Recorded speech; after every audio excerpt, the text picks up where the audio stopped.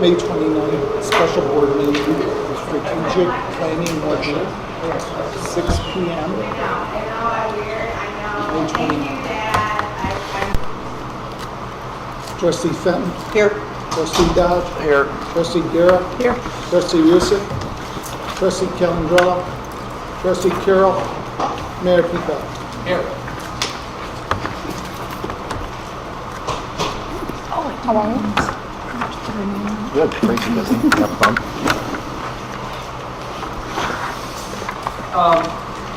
I mentioned a few minutes ago, I thought we could just give about 10 more minutes to see if we get folks here. About 6:15, which is actually about 8 minutes. And we'll get ourselves up and going. And if folks aren't here by then, they'll join up and catch on when we do.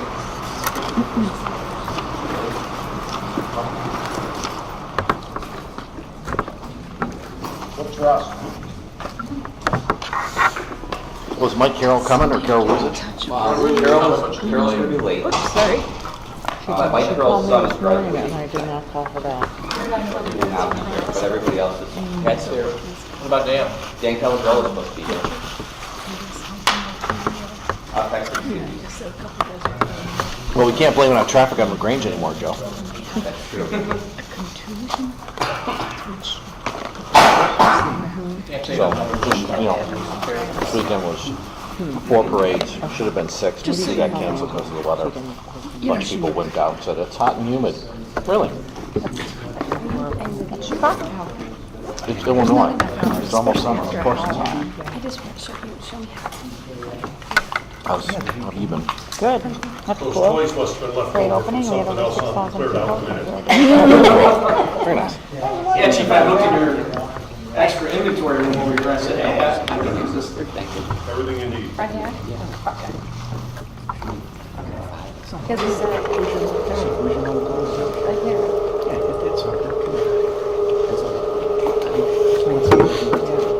Dear, we asked him. Yeah, we'll call Rick Dazzle. Oh, you have to turn it outside? Can.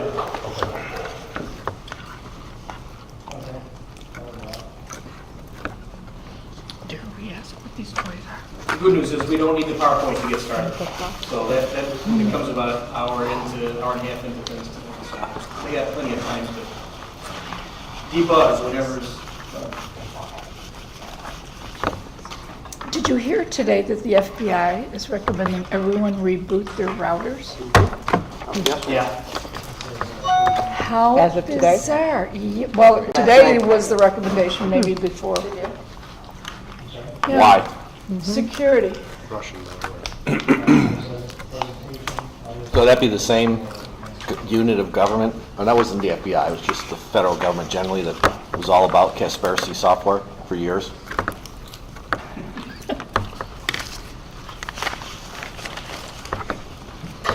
I don't know, FBI suggests I do something, I'm gonna do it.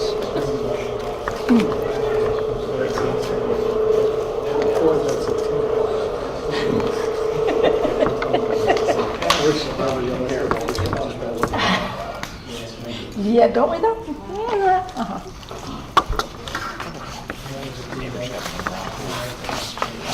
Well, then there's the other side of the coin.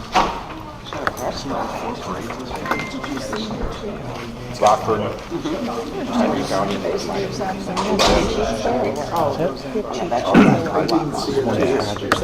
supposed to go to Lyle. She issued a tweet that said down. Oh yeah, I put about 14,000 miles on my car. Can't pay insurance.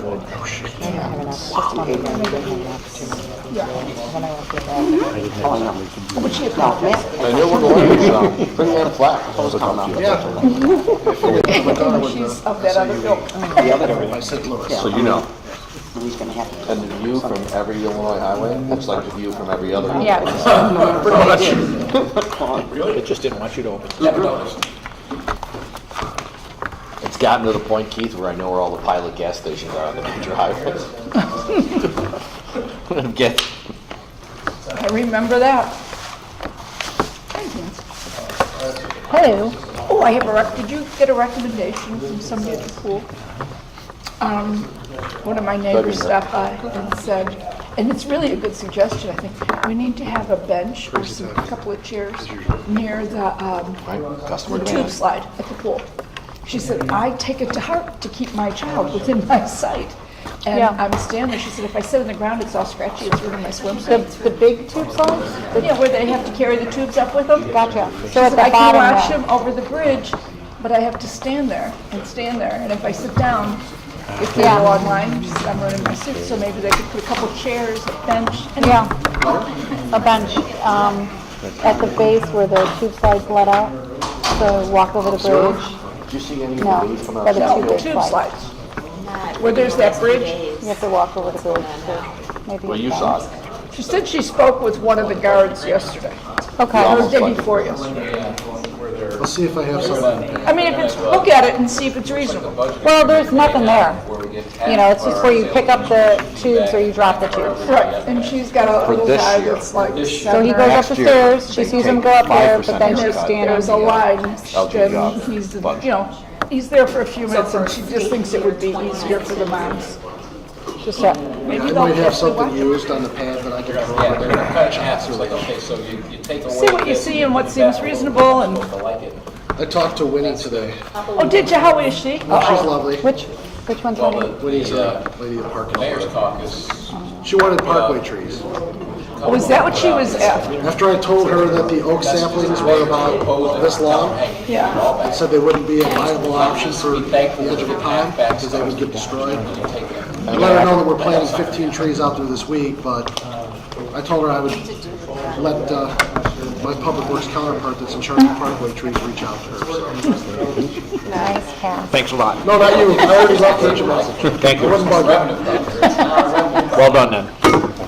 Winnie got to know all of us last year. I'm sure that's what he Dean said. Singletary calls us every third day. Mrs. Singletary? We didn't miss a single Well, time. she's very happy, but she always leaves for conversation, so you have to call her back and talk to her again. You know, she's widowed now. Yeah. She's sometimes a little. Thank you for replacing the tree. Can I move the stake 12 inches? Call me back and let me know. She's nice. No, She's very nice. We got her to join Kiwanis. I figure that out at every neighborhood meeting where she hugs me. There you go. That's nice, that's sweet. Papa Bear. You made a good friend, that's why she's calling. Trustee Calandrella? How's things? There he is. Good, we haven't had much of a chance to talk about it, you know. Progress? We're waiting till 6:15, we're waiting. Hey Dan, how are you? Carol's not here yet either, so you got a few minutes. Okay, have until the next one, all right.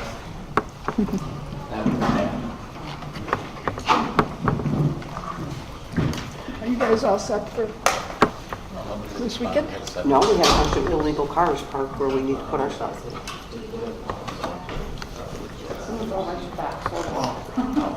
They moved the barricades and parked their cars where they weren't supposed to put them. Well, that's special. Nice and beautiful.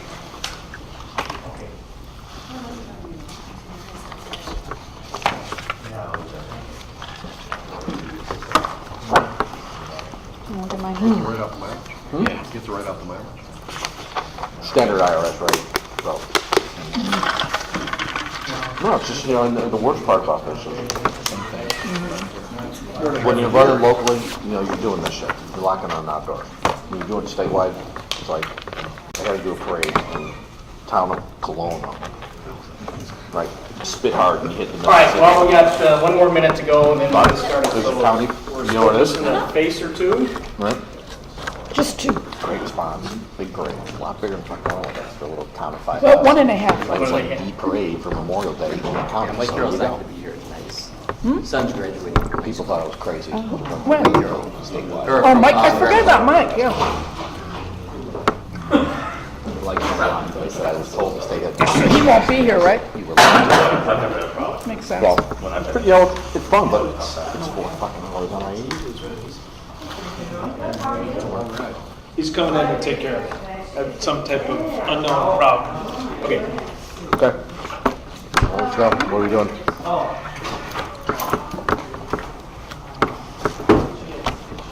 He can hear us. He's young. He's got good ears. Let's just get started. He's heading this way. All right. I'll just Come on, do a little Francis, louder. pay We'll attention. get everybody started here.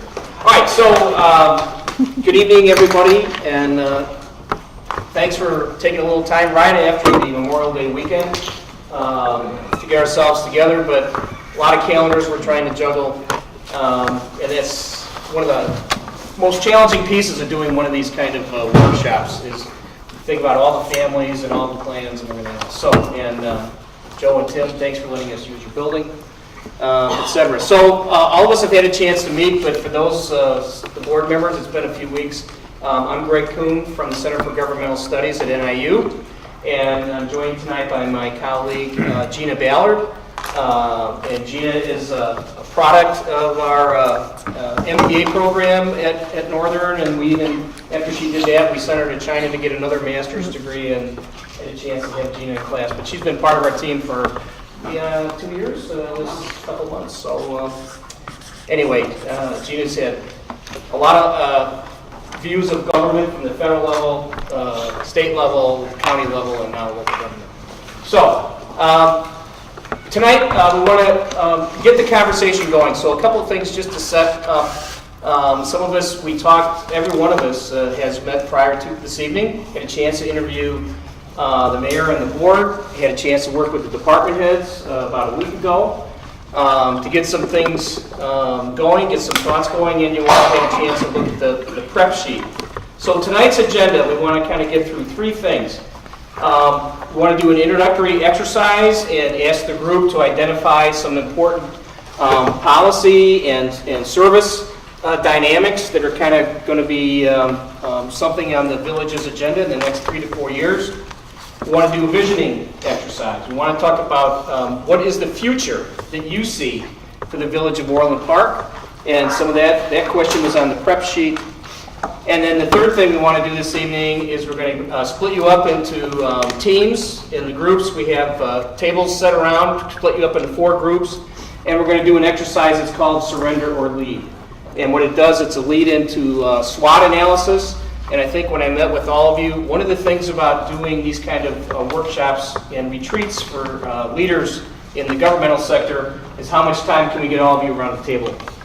Surrender or Lead is an exercise we'll explain later, but we're going to ask the groups to team up, spend about, the exercise I think is 27 minutes, to fill in and have a conversation together and fill in some answers to some open-ended questions about not only the future, but some things that might be standing between here and wherever you're headed. So last thing I'll say in terms of introductions, and then I'm going to answer your curiosity about what you're wondering that table over there is about.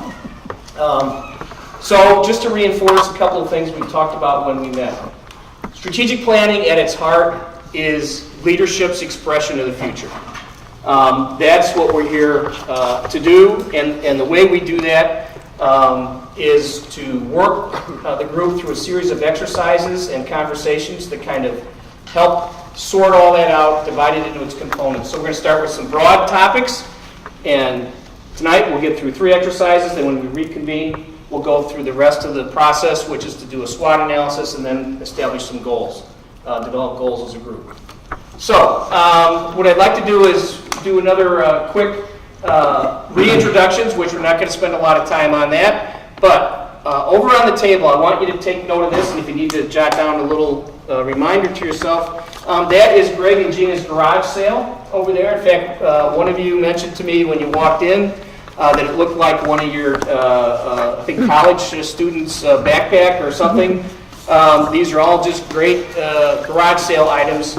So what we'd like you to do is go around the table, everyone, as a group, just stand up and take pizza with you or not. I'd like you to pick 2 items off the table representing one of these 2 areas, and we'll cover these when we do our introductions. And we don't have to have long treatises, just get us to the key points or something you want us to be aware of. And the 2 topics are this. Pick an item that represents an important policy dynamic or a policy question that you think the village is going to need to confront or answer or somehow shape in the next 3 to 4 years. So pick something that's an important policy topic or policy question you feel the village is going to need to answer over the next 3 to 4 years. The second one, I'd like you to pick an item that represents a municipal service. Okay, something that you're actually providing to the community as an important topic that you think in the same time frame is something that the village is going to need to address, work on, examine, explore over the next same time period, 3 to 4 years. So a policy question that you think is probably going to be out there or might be out there already today, and the next is a service delivery or a service you provide or a service model. And you know, it could be very specific. There's all kinds of things over there, or it could be something, you know, more broad. So if you don't mind, if everybody go ahead. There's no checking. This is not like hockey. No checking allowed. And come on back, and then we'll do a quick go around the table.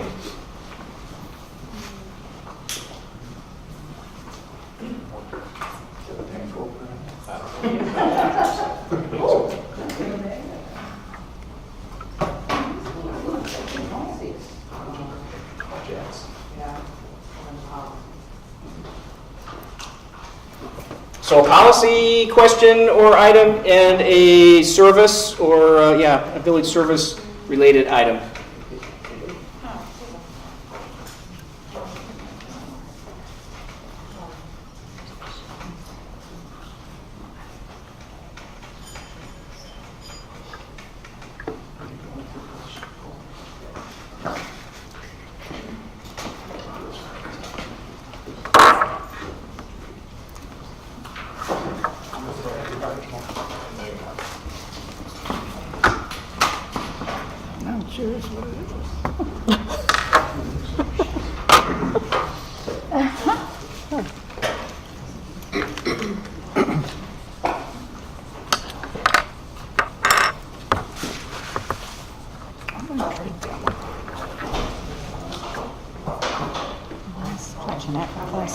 I did. What the hell am I gonna do? Stretched it way far with that one. A cigarette lighter. Yeah, because I think we need to tighten up on those smoking policies on Where are you at in that problem? Get the pool. People just want to smoke everywhere, even at our events, I think. Just tell them they can't on village property. Go away. Yeah, okay. I get it, but Take it easy, Al. There it is. The very thing one, Carol. Just pretend we'll move this coat. We've saved it for you. What's this little lights on?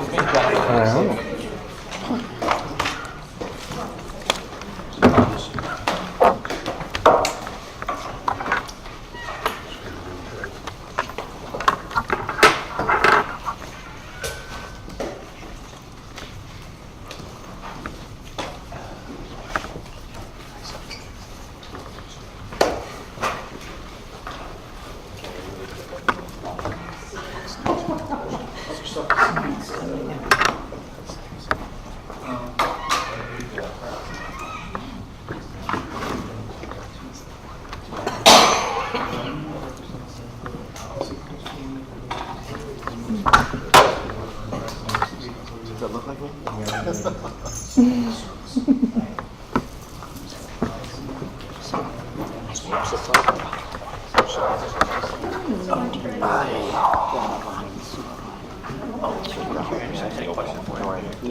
Here, here, I pick up a cookie. Are we gonna meet behind them? Well, I like it. Because you want to see all the Park Streets have their papers. Trustee Rusick? Only when they have a car. Saving up. I was told this stuff. No, only when they have a car. Bless you. Hey, you get one.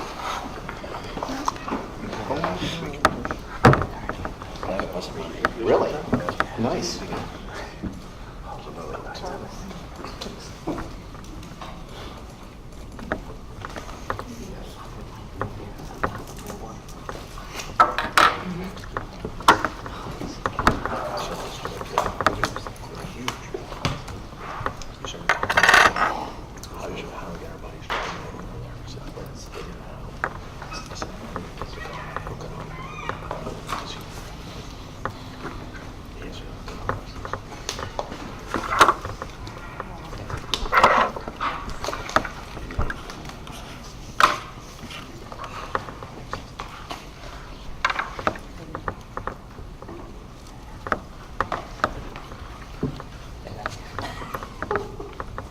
All right.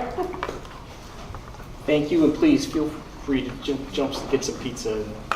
All right, so let's go around the table, and I'd like to start with the board members first, and then we'll come around and pick up staff. So anyone from the board want to volunteer to start?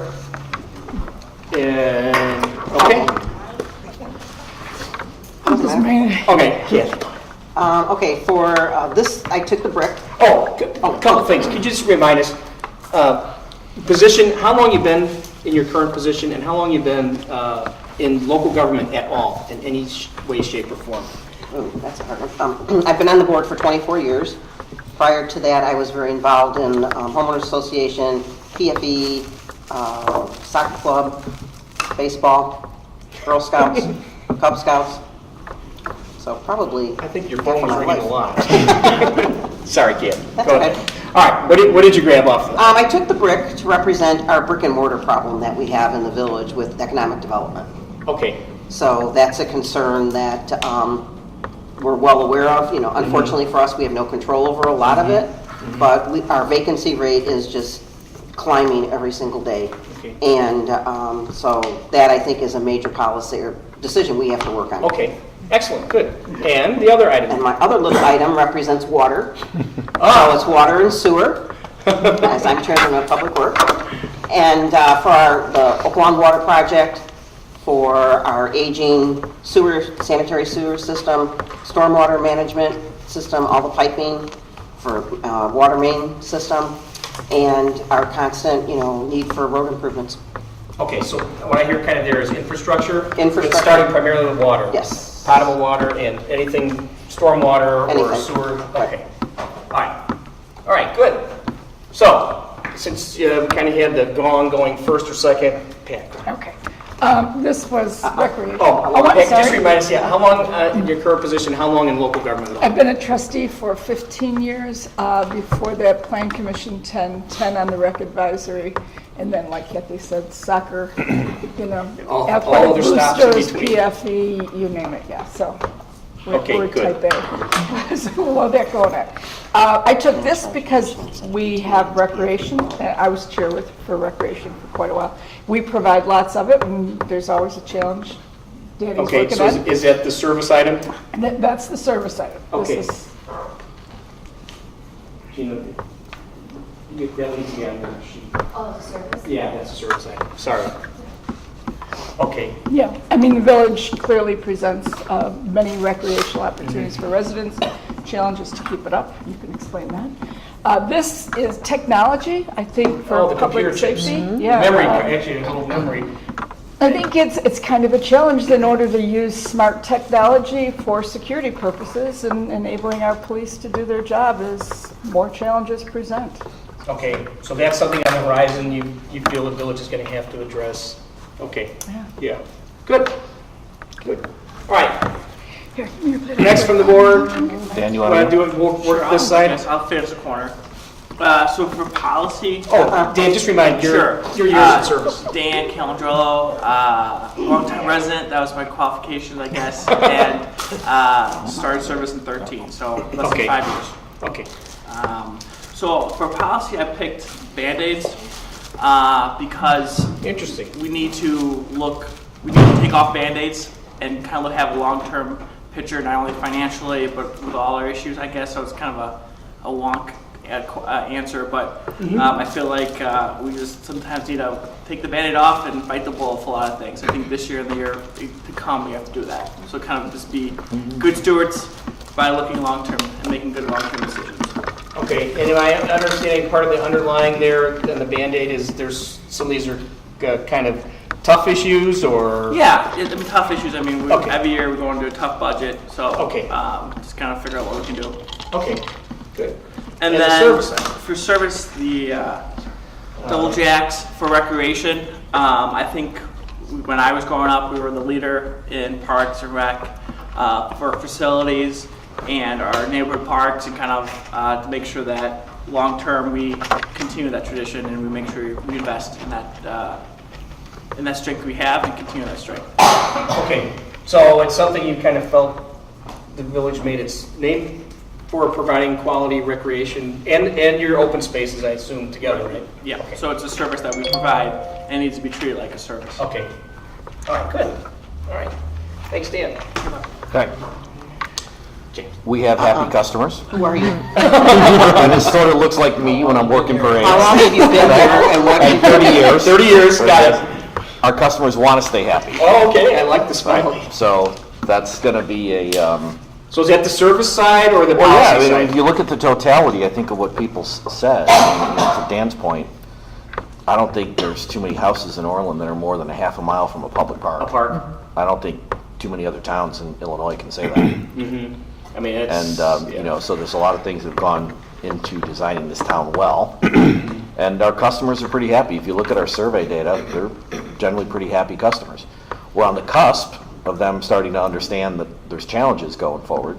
Okay. And I grabbed this one because, you know, I think Orland was a leader in the south suburbs with the way we did recycling and our participation rates.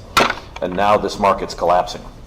Yeah, I know, there's no place to send it. China doesn't want it. Right. And we didn't build the facilities to really do, you know, post-consumer waste processing. So, you know, pretty soon we'll have to make some decisions about the cost of doing the collections the way we do because the market's collapsing. Yeah, that's a good point. I just thought about that today because tonight is garbage night at my house and I put all that in there and I wondered, God, what's going to happen when, where's all this going to go? Where's it all going to go? All right. Thanks, James.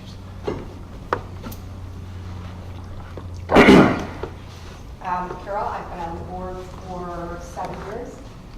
Before that, I served on the police commission for about 13 years. Service, the basketball, Okay. not the yo-yo. That obviously represents recreation services. Okay, so you think, like the others, that's going to be something the village is going to have to... Well, I think Address or as manage. the budget has gotten tighter, that seems to be one area that, you know, some people feel like can take a backseat to Okay. other services. Certainly, so it's a tough call there. Yeah. And the hard hat is the decisions we're going to have to make regarding the completion of our downtown. Oh. Our downtown. Okay, so the construction, redevelopment, building, okay. Okay, and, all right, I'm just gonna leave it at that. So the downtown area is different from the other Correct. commercial areas? It's a property we own. Okay, all right. Okay. Keith, been mayor for a year.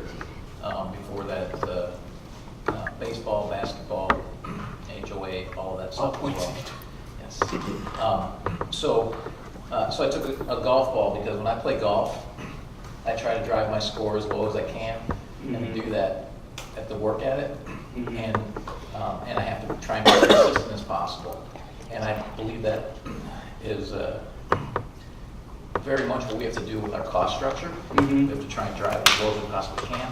We have to keep it consistent, and in order to do that, we have to work at it constantly.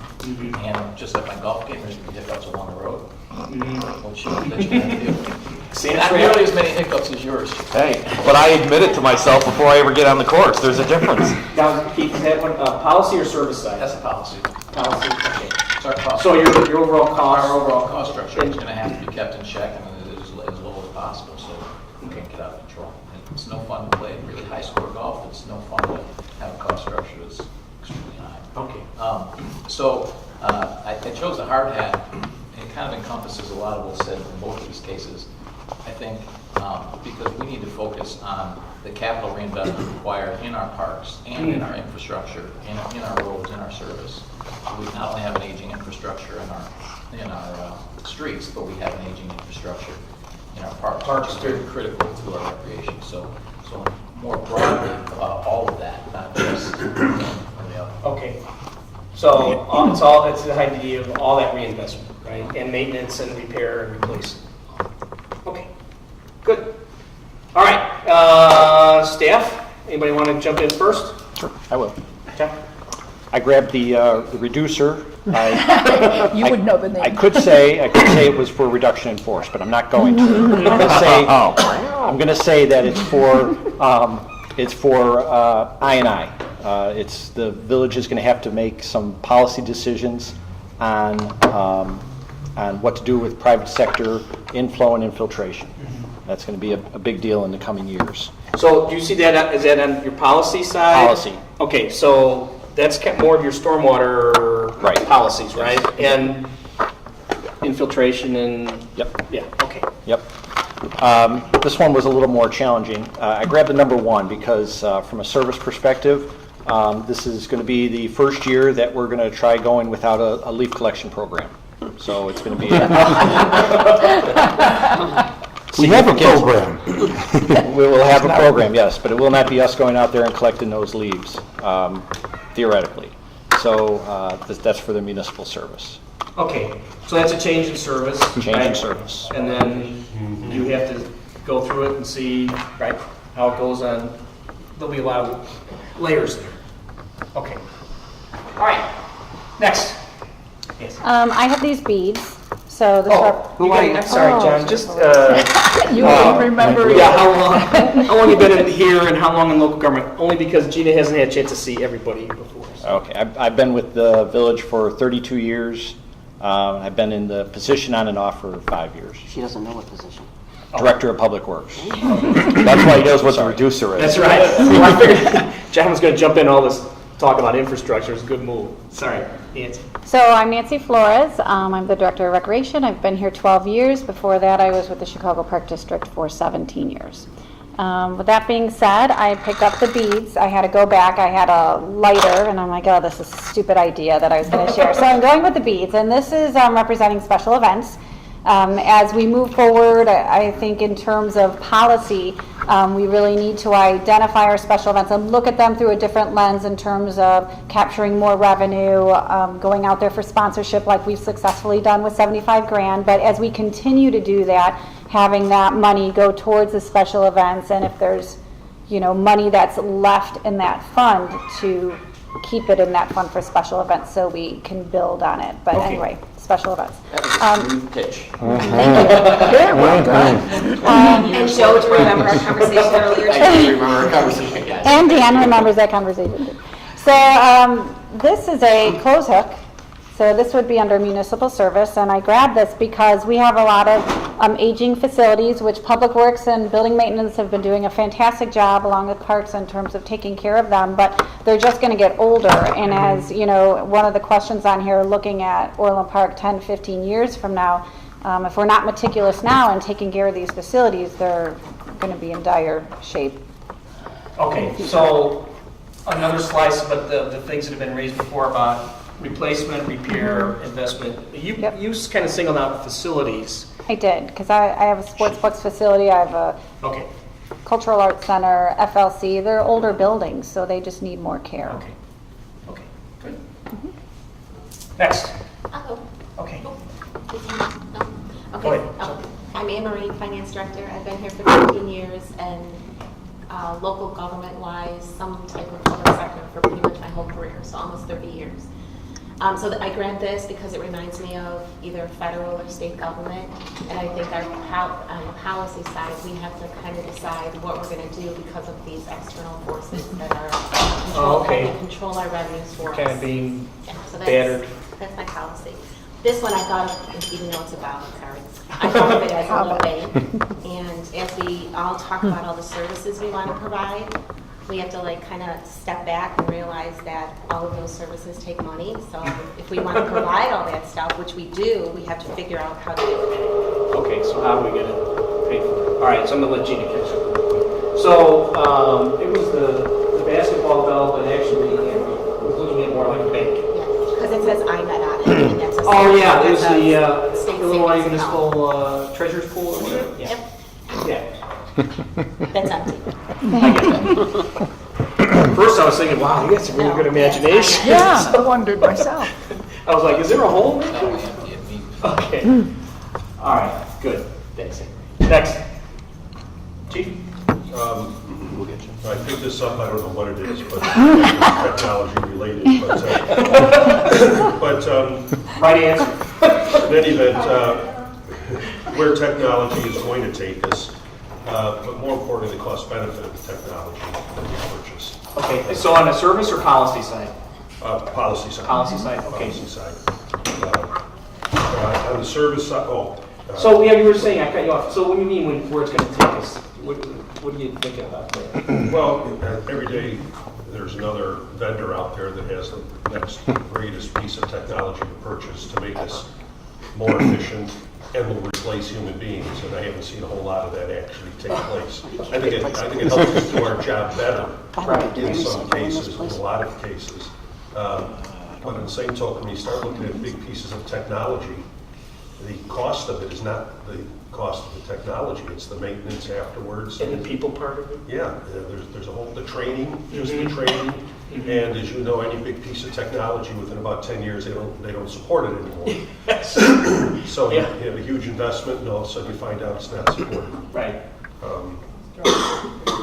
Yeah. Those what? Those drones looked pretty cool. Especially when you make them. They couldn't put handcuffs on Yeah, them. they're taking some of that out of his budget. It didn't come out of my budget, they came from a Secret Service. I hope when other people borrow it, you get a payment.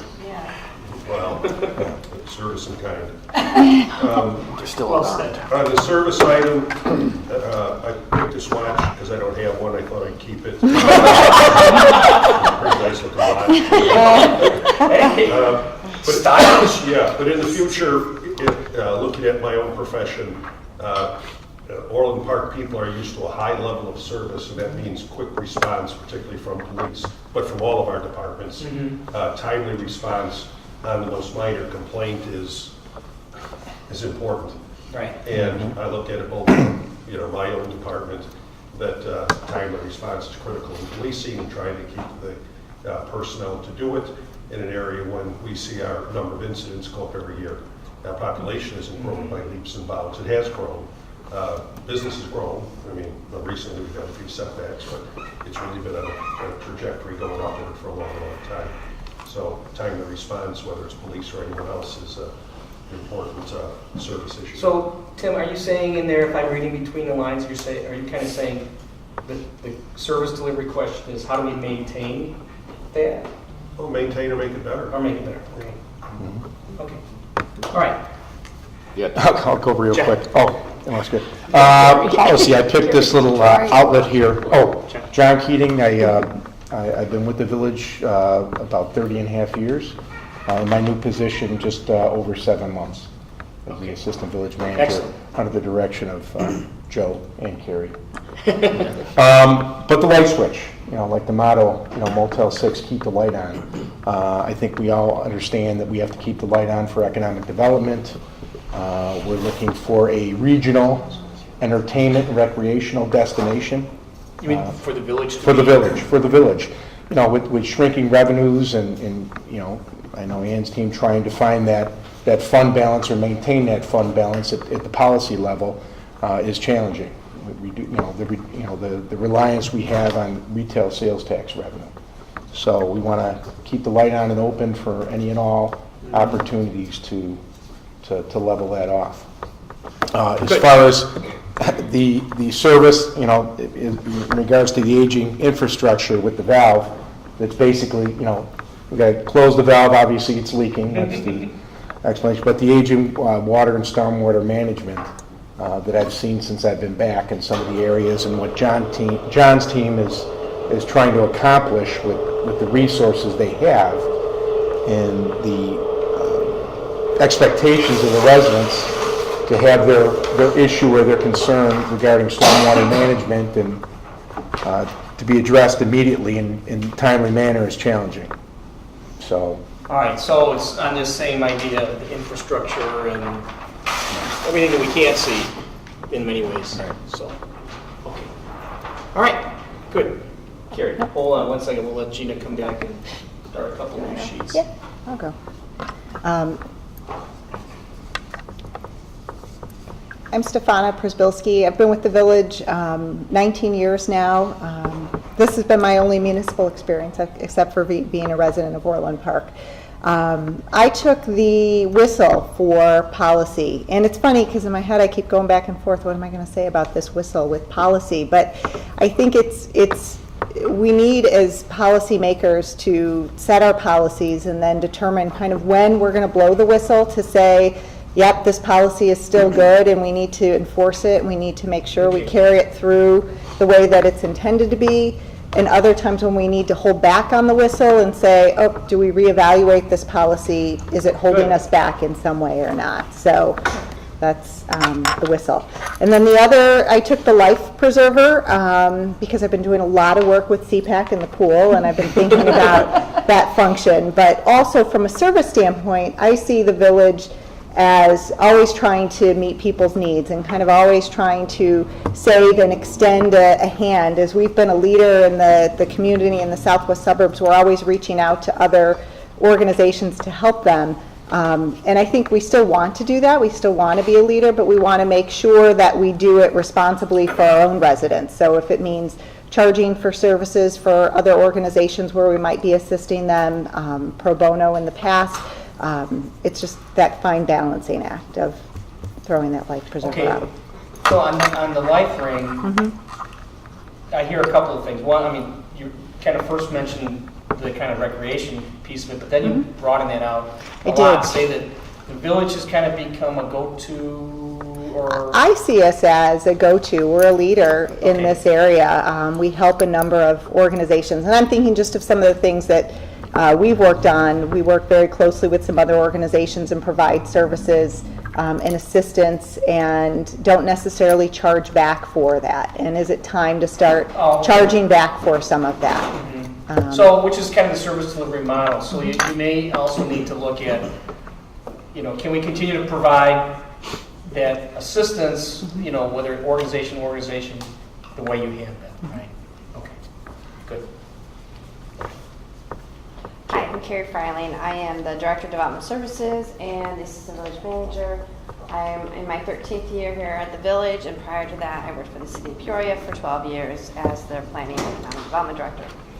So I picked a map because I truly believe this is more about municipal services, that all roads lead to Orland Park. And in fact, I think Orland Park is on the map. It sounds like a marketing tag. Yeah. And I think it's important that we recognize that we provide municipal services not just to our residents, but to everyone who comes to the Orland to shop, to recreate, and everything else that we provide. And we really are the go-to place. And it's going to become more of a challenge because of that, with streaking resources. But that hopefully won't change, and we just have to figure out how to do it. Okay, good. Right? Be everything to everyone, which we have been for many years. Okay. I picked the Play-Doh because, plus it smells good. I love the smell of Play-Doh. Because if you were to take this out, you could actually make it into anything you want. Right. It's moldable. You can be as creative as you want. You can determine what you want to build and what you want to become, this little thing. And I still think Orland Park can do all those things, even though we're in very difficult times. And I think it's important from policy that we continue to take risks, calculated risks, and we continue to reinvent ourselves so we don't get lost. Okay, good. So the last thought I just wanted to pick up on, the reinventing yourself. Can I tie that back to your first comment about all roads lead here? So do you think when you reinvent yourself in a small way, big way? I think you can do it both. I think that we have to reinvent ourselves because you know, the development we have in Orland Park isn't going to necessarily work for the development in the future. Okay. But we still want people to come here. We still want people to shop here. We still want our residents to want to live here. We want people So you want to still be that destination? We still want to be that destination. Okay. But that can be very different from what we are today. It can be very different in 10 or 15 years. Good point. Okay. Good, Gary. Thanks. All right. As many have already said, I grabbed a brick to describe infrastructure, replacement, repair. Gary, run us your department and how long you've been? Gary Couch, Parks Department, I've been here about 27 years. Okay. That we need to get on a schedule for maintenance or repair, replacement of a lot of our aging infrastructure. Okay, so is that a policy or a service item? That's policy. Policy? Okay. We have parking lots, playgrounds, facilities, pipes, Okay, anything. so it's the We had a lot, reinvestment. we had several large building rooms where a lot was put up at one time, So it ages, and it's all aged well, Yeah. but it's at that point where a lot of things are gonna need to be redone. okay, good point. All right, and your other item? I picked a nice, pretty pink fish. We have a fully stocked lake at Centennial Park, which we had some very nice large fish pulled out this weekend. Wow. Photos of 34-inch walleye. But the service that that lake provides us, it gives us a link to our children. We work with some of the bass fishing teams from some of the school districts, and it teaches them how to maintain natural habitats. They build fish cribs. It gives them a sense of community. They come together and how to maintain things and And they keep put a little bit of Orland clean themselves in there. and nice moving forward. Yeah, great. Awesome. All right, Frank? Frank, go ahead. Frank, yep, Director of IT, going on 2 years in July. So for municipal services, I chose the headset because communication. And it's a fine one at that. It is. It's communication's key, whether it's to the residents or between departments. And I think whether technology is in place or not, communication really is the way that things get done well, get done quickly, and get the feedback coming back. So, communication is always important, whether it's web, Twitter, Facebook, phone, And email, whatever. The platforms keep multiplying. Right. So, and how do you control that? Right. Is sort of the challenge, right? And the other one, of course, this is a checkbook, and you didn't put checks in there, so shame on you. But like other people have said, how do we control what we have so we can do good things with the money we have? How, as a policy, do we look for alternative funding sources so we can continue to do things we do well, and be best and bigger at what we do? So. How do we set policy properly so we have finances to do those things that the residents enjoy to do? Good. All right. Does that leave you, Joe? That leaves me. So I've been village manager for a year. I was assistant village manager for 2 years. With the village for 12 years and in government for 24 years. Two things that I picked was one on a policy issue, which is staffing. Okay. And what we're going to do with staffing. Are we going to... Joe, what the hell is that? I don't know. It's a pig. It's a person. Is it like a Chucky doll? Exactly. But, are we going to outsource? Are we going to reduce staff? What are we going to do? And what are the trade-offs going to be? Good. This is a policy decision. Because there will be trade-offs when, based on these decisions that we make with that. The other thing I did, which I kind of have a few things there. This is CPA, so it's a little bit of finance or service oriented, but just the investing in our fields and our buildings and our special recreation, or our recreation programs, special events, I should say, special events programs as all, and basically prioritizing them. And what's important. What's important to the community, to the board, and basically figuring out a way, that balancing of act of being able to pay for it and figure out how we can continue the quality of programming that we have, but doing it in a responsible way too as well. So Yeah, because you have to do it in a world of constraints. once again, it's prioritizing the balancing act of all that. So those are my two Good. items there. Excellent. All right, well, good job, everybody. So these topics that we just kind of introduced and threw out on the table, you can see the commonalities that kind of came across the level of services, and not without picking anything overly specific.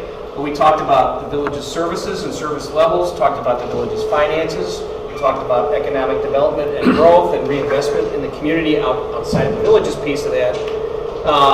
We also talked about the financial, all the tentacles of finances that touch almost all of this. All right, so let this be a little bit of food for thought for the second question. So the other thing Gina and I know from facilitating and doing a lot of training is that we also need to give you an opportunity to take a break because the brain cannot absorb what the rear end cannot endure. So let's take about 8 minutes and 14 seconds, latrine, extra food, and come back. But while you're walking around, stretching your legs, the next exercise is the visioning question. So I'm just going to set that up real quickly, talk to everybody about this ahead of time. So the question is for board members, if you were to leave Orland Park and didn't come back for 10, 15, maybe even 20 years, what do you think you'd see when you come back? What do you hope you would see? All right. I also gave the same question to staff, but I also asked staff in a session we did about a week ago. I wanted them to share with the board, if they came back, what is their function or their department, what would it look like in 10 or 15 years? Again, same thing, hope or think. All right, so let's take that 8 minutes and 14 seconds and come on back.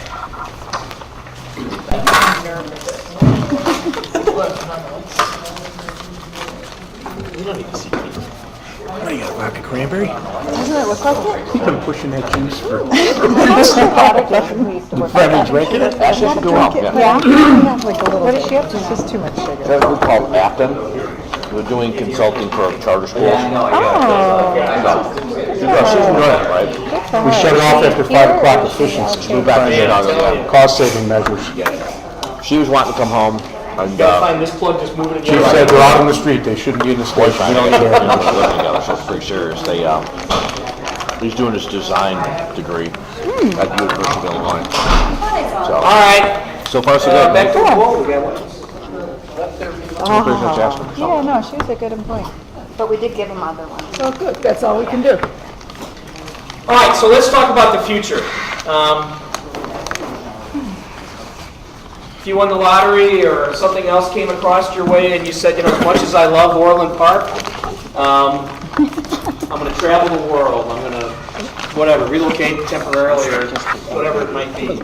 So if you were gone and you left the village and you didn't return 10, 15, maybe even 20 years, what do you think you would see or what do you hope you would see when you come back? Now, the fill-in here is could be something either very specific or it could be something relatively broad.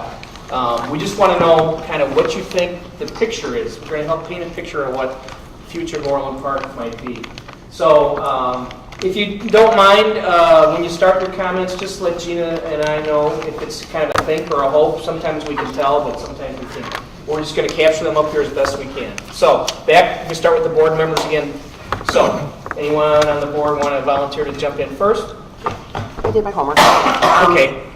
So I don't know if it's a think or a hope, but one of the things would be that I would hope that it would still be a very vibrant community with a lot of open space, beautiful landscaping, a thriving downtown area, and also a very limited number of vacancies, so that our economic development had taken off full swing and the village had continued to be very prosperous, but also maintaining open space and the sense of community. Okay, so just to replay some of the key words I heard in there, still vibrant, right, inviting, that your open space, some of your able to stretch out and enjoy a little bit of nature still here. Your local economy would be thriving. Not whatever. just a downtown, but also all of Orland. Okay, all your commercial areas. And then the very last thought was? Very, very limited number of vacancies. Oh, yeah, that's right. Okay, good. Anything else, Kim? Nope, that's it. All right. You just want the first question, right? Just the first question. Yeah, we'll get to goals in a few days. All right, board.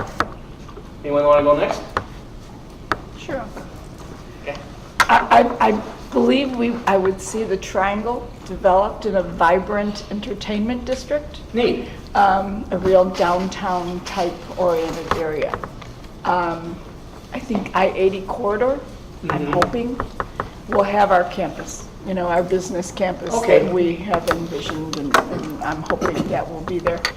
And I expect to see the mall look very, very different. Different. In 15 years, yeah. I think Orland Square. Anything floating through your head of what it might look like? Yeah, I think maybe more like Orland Park Place. Oh, okay. Maybe the real estate used a little differently. Instead of just retail. It could be hotels, could be There's a lot of Okay. real estate there to be used, Okay. repurposed. Good. Anything else on your No, hope or think? No? I'm just hoping, I'm praying too. All right. Next. Want to keep the same batting order? Bless you. They're contagious. No, I'm not, I don't think I'm contagious, but the sneeze, sorry. It's Joe, he's contagious. He gets everybody sick. I guess I had little issues with, not issues, but coming up, I mean, I think Kathy and all of us were great. I guess my hope is that when I return in 15 to 20 years, that's just the same population dynamic. Okay. Dynamics? Thank you. Dynamics. Right now, I think we have a great balance of young families, and then I think we talked about this, Yeah. people who are retiring in place. Right. So there's still room for people to stay here. Right, and I think that making sure that we track and we continue to track the families and we don't age in place as an overall community, because I think that will, I think, not be good for the economy, the school, everything, a lot of things. So I think it just, I guess, the dynamics stay the same. I'm a little worried about the retiring in place. Okay, so on the dynamics, you're kind of folded in there. Is everything from starter homes, starter families, all the way through peak family years or whatever else it is, and then retirement? Mansions and then retirement, yeah. Okay. Because I think you need all those demographics for an overall village. I think we're doing pretty well doing that now. I'm just worried that You want to change see in the future. it stay that way. So which means you have to kind of keep all those lanes open. Open and make sure we have resources and the services. We have the Okay. starter family services, Bless you. the McMansion services, the retired services. So Got it. we're kind of a lot to a lot of people. Yeah. Okay. Anything else on your list? No, I think I want to keep. Sure. Okay. I'd agree with most of those, just I'd like to see a rebalancing of our local economy. We're a bedroom community, always have been. And, you know, the way the city is designed, the way mass transit in northeastern Illinois is designed, we're likely to be a bedroom community. So I think the best we're going to do is keep it a great place to raise a family. Okay. And so if we expand our entertainment options, entertainment very broadly defined, and then we see retail get rebalanced where other malls go away, and then this becomes much more of a critical regional shopping kind of super center. I bet you'll see retail. The smarter retailers that'll survive will be far more experientially based. Well, there's nothing in that statement that precludes a lot of physical space at 151st and LaGrange, right? So I think somebody said it earlier, the mall will look a lot different because the mall experience will be profoundly different.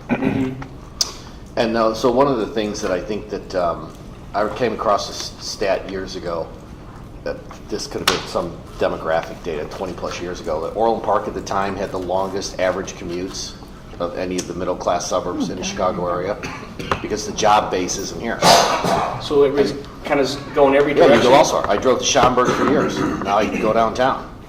And so I think there's a certain structural issue that you'll always see that. So as work rebalances, you know, how do you keep with us and Tinley our edge as the go-to place in the southwestern suburbs for medical care, right? That then implies better paying jobs. You know, if we get I-80 going and you rebalance retail or it gets repurposed to other uses, or you get entertainment assets here, like a big multi-purpose sports complex to feed the retail, et cetera, et cetera. So I could see Orland Park 20 years from now looking like a logical extension of what we are now, given where we are. Because I'm pretty sure we can't move the town. I think you got that one. Pretty sure about that one. After 30 years of studying, I'm pretty sure we can't even move the lines on the map. That's So right. we're stuck in Illinois and we're Yeah. stuck in Crook County. Yeah. So one other thought on that kind of vision of, you know, coming back, can't move the town, but you're also saying, but the town needs to move with change? Yeah, well, you know, we have to, because, you know, I think in 20 years, 159th will be done. Is that kind of what we're hearing? Right?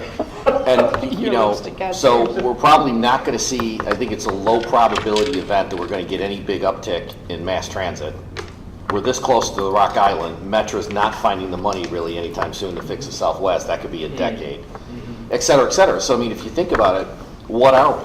We are really a great place in the southwest suburbs to have raise your family, which is to Dan's point. If you could balance out the economy broadly, not just over suburbs, where there's better, higher paying jobs closer, that would be a great evolution. Plus, obviously, some of the, I'm just parroting some of the comments of the other trustees. You're also kind of pointing to this idea that you use another word that's up there already. You maintain this identity as a destination, place to be. Yeah. Whether it's a business or family. Okay. Anything else on your list? You know, that's probably the vision statement. I think you know, I already know some of the challenges against that, and the hardest part will be just some of the structural dynamics, right? We might get other mid-tier businesses. You're not getting Apple or Microsoft or Amazon in Orland Park per se, but it was worth taking the shot because you brought some marketing attention to Orland. So, you know, as you know this, strategy is what you do and what you don't do. We better be damn clear about what we're not going to do. And what we're not going to do is go after the I-88 corridor. That's not happening in Southwest Cook County. Yeah. It's not going to happen. So it's right from the notes in the lecture saying, you know, a decision to not do something is a decision, and sometimes it can be the right decision. So anyway, yeah. Yeah. So I think that'll cover plus with the building on the other comments. Okay. Good. So I would agree with several of the commentary regarding more entertainment, having, you know, an I-80 campus that's campus that is more filled out than it is today. The other comment that I had was related to our organization and what I hope to see in our organization. And I said that I would hope to find an even higher performing organization with no more full-time employees and perhaps greater reliance on technology. Okay, good. Yeah, I mean, think about the workforce. I was going to say 10 years from now. Heck, 10 months from now. I mean, things are changing so much, and everything from service delivery models to technology. But then, as someone said earlier, you have to decide what's the bucket, what's in the bucket of services. Okay. Anything on just if I can coax out of you a little bit. Some of these other things you said you kind of had on your list too. So if you were, you know, to drive or whatever, I don't think we're going to have a self-service drone, but who knows, right? If you arrived back in the village, what things would you find familiar, and what things would you say, hey, it's pretty good. I'm glad that blank. Well, I think the mall. I'm confident the mall's going completely different. In 20 years. I mean, it's going to be a little more entertainment, more restaurants, and then some other uses like fitness centers, hotels. So the front of downtown will be different because it'll be filled out. And again, probably with entertainment, restaurants, and some retail. Okay. All right, good. Keith. So, echo a lot of what's said there, but what I heard was I hope, and I'm actually confident that in much shorter order than 15 to 20 years, our malls are going to look very different. Our downtown's going to fill out and look very urban, and maybe that's partially because I've had the opportunity to have a lot of discussions in Vegas, which others aren't privy to, and I can't necessarily talk about. But I feel very confident that that will exist, that we will have a transformed mall, we'll have a transformed downtown. I think the ball's been set in motion to make that happen. I think we'll have a diversified economy. I'd like to see it.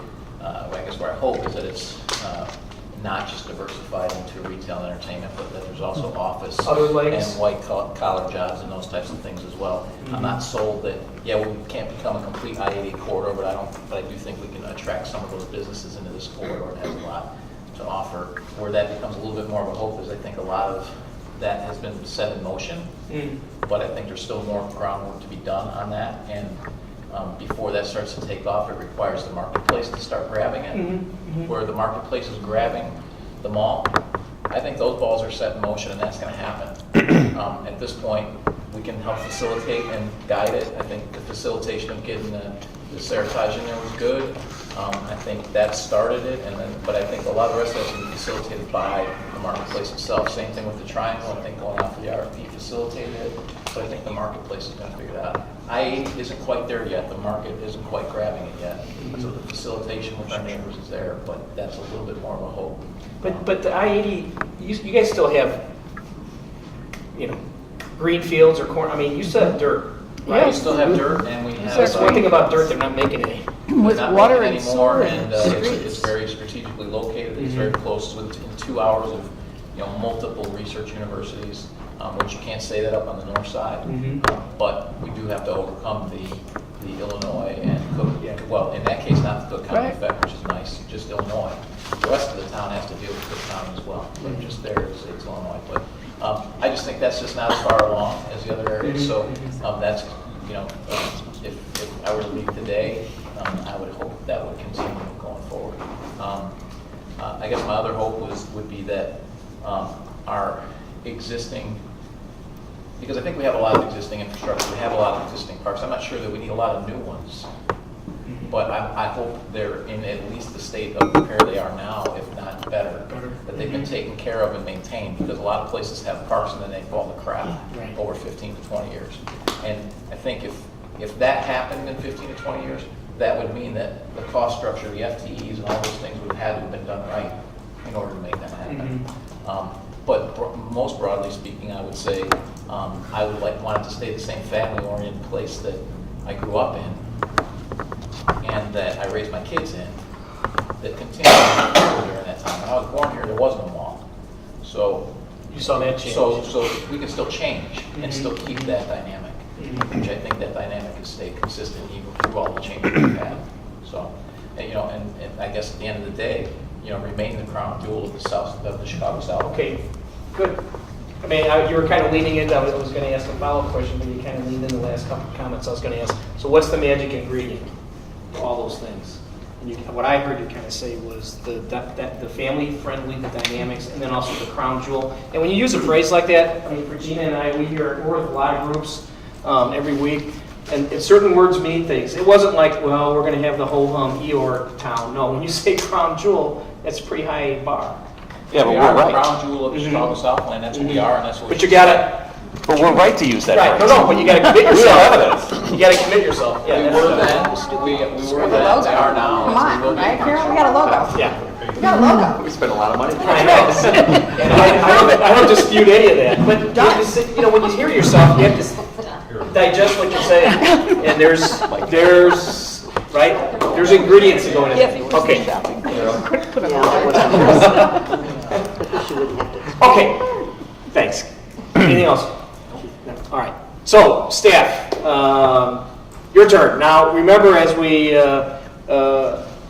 kind of practiced the other day, make sure you give us an idea about what your function or department's going to look like, or any aspect of it in that 10 or 15-year window. And if there's something up here that you kind of agree with, let us know. Gina would be glad to put a check mark on it. But I want to start with your department, and if there's something on the village you want to absolutely get out there, that's fine too. So, who wants to start?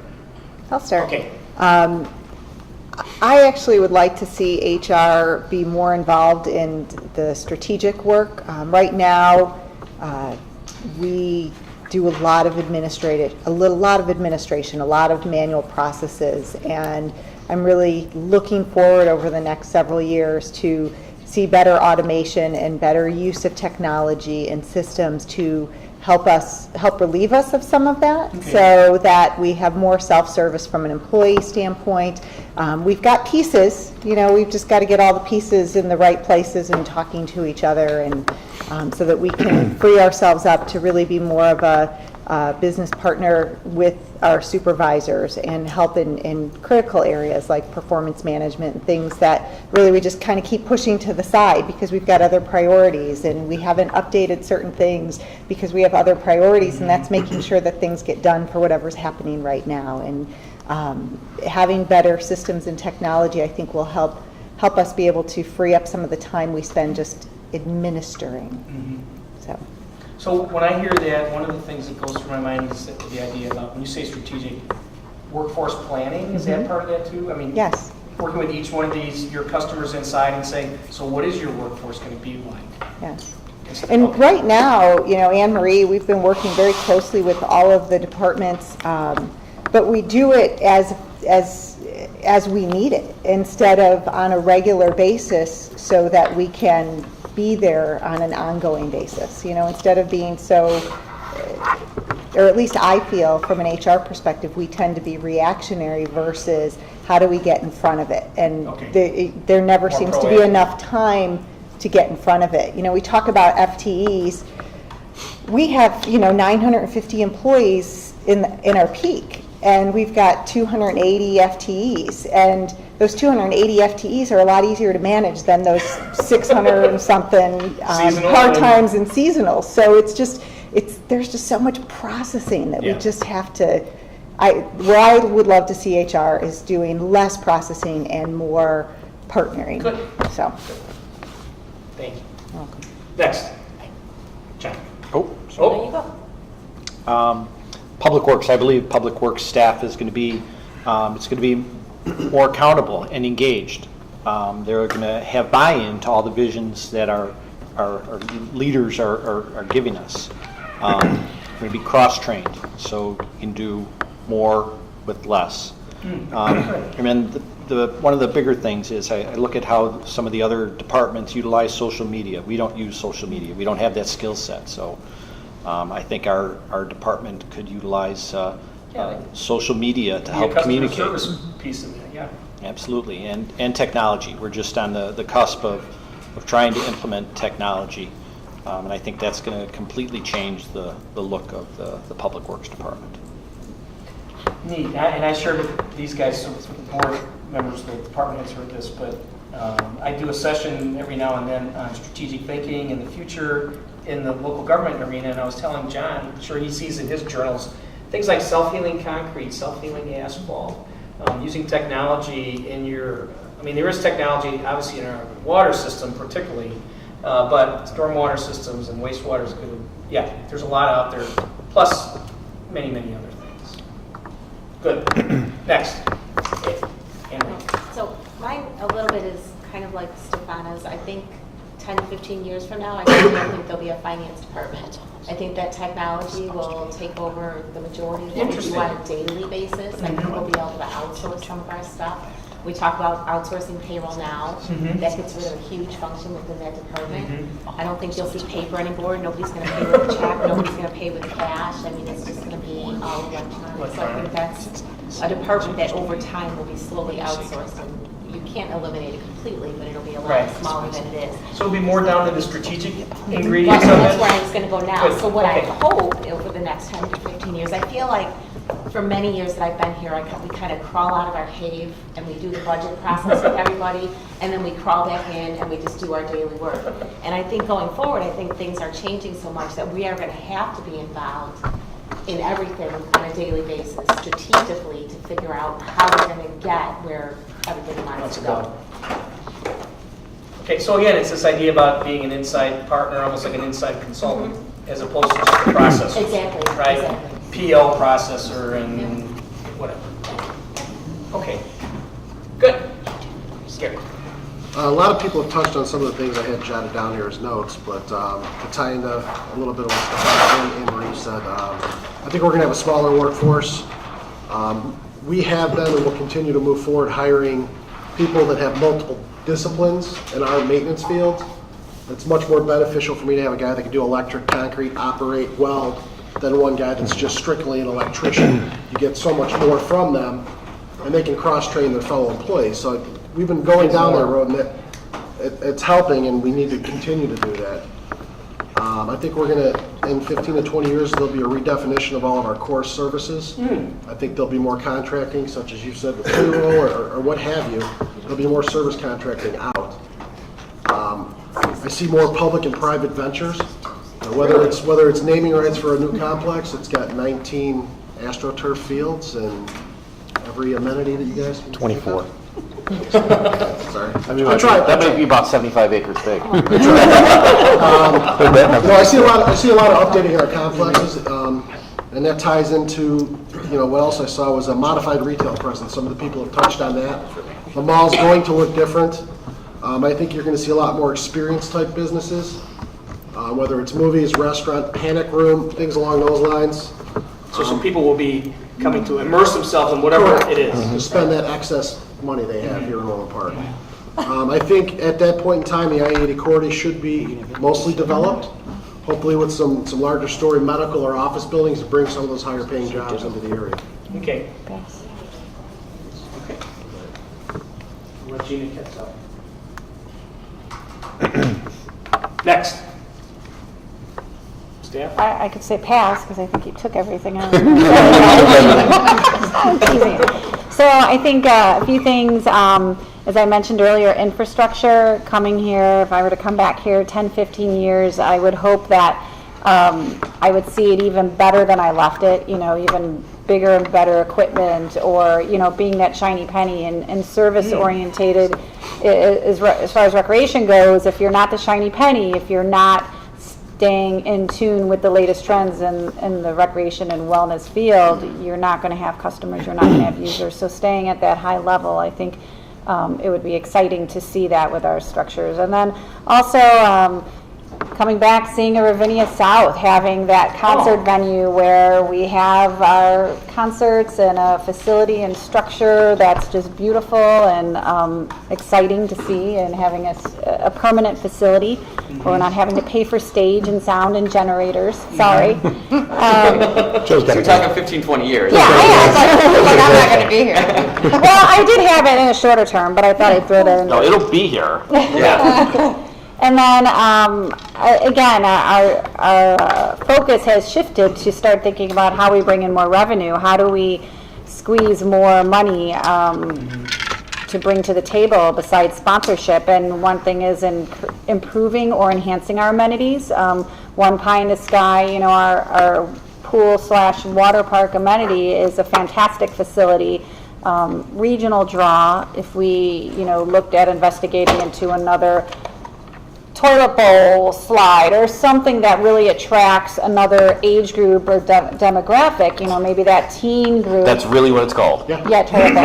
I think. God help us. I can picture No, that for circling big the people. ball. But again, we brought in over 6,000 people in 3 days this past Memorial Day weekend, and if we had, I think, another amenity there to kind of attract that teenage crowd, families that have kids that are older than 5 and 8. But that would separate you from the others, right? This idea about the crown or the destination place. Right? Well, I think that's what we're about, though.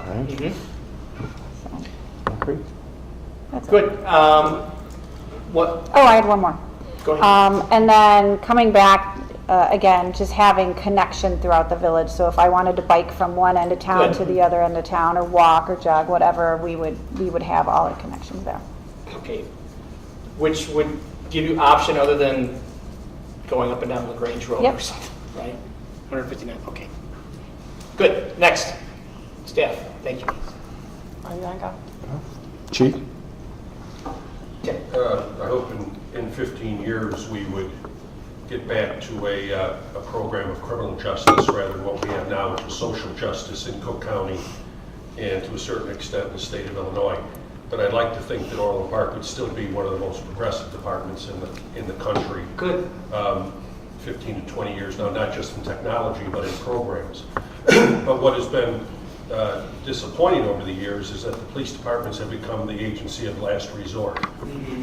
The most recent CIT, crisis intervention, we spent, I believe we figured out we spent $800,000 last year, and we went from 2012 2 committals to 162, and the follow-up that goes with it. Time. And at the same time, the state of Illinois, County of Cook, and the city of Chicago, they've decreased their spending on mental health dramatically. And there is no such thing as community care or things they like to talk about. They're simply not there. But not only that, we have AEDs in the cars, Narcan. All of our officers carry Narcan. So I can't tell you where it's going in an era of police reform, body-worn cameras. the programs just go on in the 24 years I've been here, from where we were to what we have now. We've kept abreast and we are ahead. I mean, we've deployed drones over a year and a half ago, and they're effective. Gray key software to open cell phones that are locked. We've got it. We can do it. So we're way ahead in so many areas. But staying ahead is going to remain to be difficult. Many of the things we buy through asset forfeiture. They're going after asset forfeiture now, both at the state and federal level. Kind of our secret slush fund that in. Yeah, we know. I know exactly what's in there, Tim. Oh, never mind. But I can't tell you where it's going to go. I go to different conferences to try and look at the 22nd century policing and so forth, and but it will be far more specialization. That's what is being called for constantly, is more and more specialization. That means more training, more expensive training. Bodies. It typically means more technology. Cybercrime takes up a tremendous amount of our time right now, whether it's a cybercrime or a mortgage event, but it's checking accounts that are being, every type of thing you can think of, not just the credit cards, every type of cybercrime you can think of, we are getting now. And frankly, Aren't they obligated to report it to you guys? they can report it anywhere. Oh, okay. If you're the victim of a identity theft or thing, we can report it any police department we want, and then we send it on to the appropriate department. But it's in all areas now, and our legislature and county board have been hyperactive in the view of most of overregulating police and overregulating police procedures. And of course, we've had a lot of bad publicity in Cook County. I mean, it's fair to say we've had some bad publicity that has led to that. But it's been, in a lot of cases, a reaction. But I'm sorry to tell you that the police department's not going to get smaller. That was my question, It's so not you going to get answered it. smaller. I mean, as you specialize, you have to find us. Then ultimately they get promoted somewhere along the way, and all that money and everything you've spent, but you're constantly moving people into that. But there's a certain ratio of police officers to population and to business, also measured by obligated and unobligated time. Right. That isn't going to go away. Right. And if police response becomes slow or expertise is lacking, you're going to hear about it. Which goes to that service level. Yeah, and people here in Orland Park, because everyone knows whether it's recreation or the streets or any department, and they have a high expectation for excellent service. Thanks, Tim. Next, John? Well, I agree with everything that everybody said, so I'll just echo everyone's statement. However, and I know Carol touched on becoming an even more HPO efficient organization. I agree with that, whether it's through attrition, whether it's technologies that we've identified that, I know on the police side, intelligence-based policing, but you still need the bodies to handle the call. The drone finds them, but you still need someone to handcuff them. But I think we are going to see in 10 to 15 years a shrinking workforce.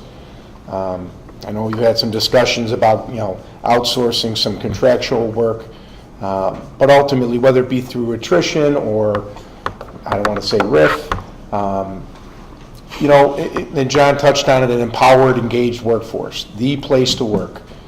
We are the crown jewel. We used to be, hopefully we still are for shopping. I'd love to have the name roll off the tongue of every travel sports team to come here and spend their dollars because they just flood they flood the retail, not just the restaurants, but also the retail. I can't tell you the money I've spent, and I'm sure Ann spent in the hundreds of thousands over the years with her children. But I would love to see Orland Park in 10 to 15 years be that destination spot. Not Mileston, Wisconsin, not Rockford at Sports Corps, not Wisconsin Dells, but Orland Park for the southwest suburb. Illinois needs, or Peoria. Who wants to go out of Peoria? I'm just saying. I got a few reasons why. But we want Orland Park. I would love to see Orland Park be that destination in 10 to 15 years, if not a shorter time frame. Because I really think, with all that being said, whether it be the I-80 corridor, we're rich in heritage and history here. That's the reason why we moved out from the city to Orland Park, myself and my family, but also probably the majority of the reason why, you know, not just the staff working here, but raising their families here. So we can't lose sight of that. So it's the balance that I think is important for this strategic plan, the balance moving forward, having both. Good. Can I go back? I apologize. The one thing probably the number one, the highest priority we have right now that we're spending the most resources on is school security. High schools, grammar schools, spending more time in meetings and providing personnel and future plans for things that you'd never dream of anymore. Stop the Bleed is a new program that's going to be instituted everywhere, which is going to be training people in the schools to handle traumatic injuries. Wow. For guess what? Yeah, traumatic event. Thanks. Frank. So, enveloping on the efficiencies, but for my department, there's 4 people in it today, a couple interns, a couple part-timers, but we want to make it so it's even more standardized so that we can control what we can see very easily and minimize the number of calls that come into the help desk. So having virtual desktops where people, it doesn't matter what piece of equipment they're on, they can log in, they can do their work, and they can just go on about their business, and lessens our overhead, so we don't have to supply such expensive gear, whether it's laptops or PCs or iPads. So your environment, I mean, there's probably some really tech savvy people here and some less, but you're saying, when you can't, I mean, I know technology, this is all kind of a crystal ball, but right. The village's environment and me, if I was employed, Greg's environment would be parked up there somewhere, and I can log in, and I got everything I need. Right.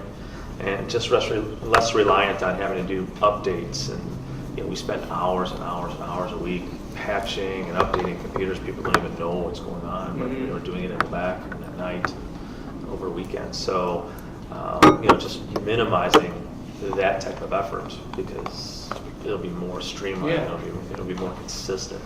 So, and less replacing, because technology will last a long time if you have the right technology. So let me ask you a follow on to that. So where does the technology function, you or your successor, fit in people measuring innovation? Are you going to be a partner in innovation? Or are you going to just be the receiver, like, hey, I went to a conference, I got a great thing, Frank, make it work? Or are you going to be standing there going, hey, let's talk about this? Right. So when you came into the organization, we interviewed all the departments and said, what is it that you want to make yourselves more efficient, nimble, whatever? And, to keep being that strategic partner, to attend, a seminar or conference, come back and say, here's some of what's going on in the industry, here's where technology can help us out.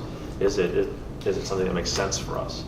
And work on how to implement that. How do you go about doing that? And technology will change. It's going to change even more rapidly than it's changing right now in front of us. So, someone's got to keep up with that. And to stay in front of it from a township standpoint is huge. Stand by for more excitement. Right. Okay, thanks, Frank. Next, Carrie. So, Can you tell us a Peoria story? No, I'm just kidding. I have lots of them. Mine are all GMPG rated. John's may not be.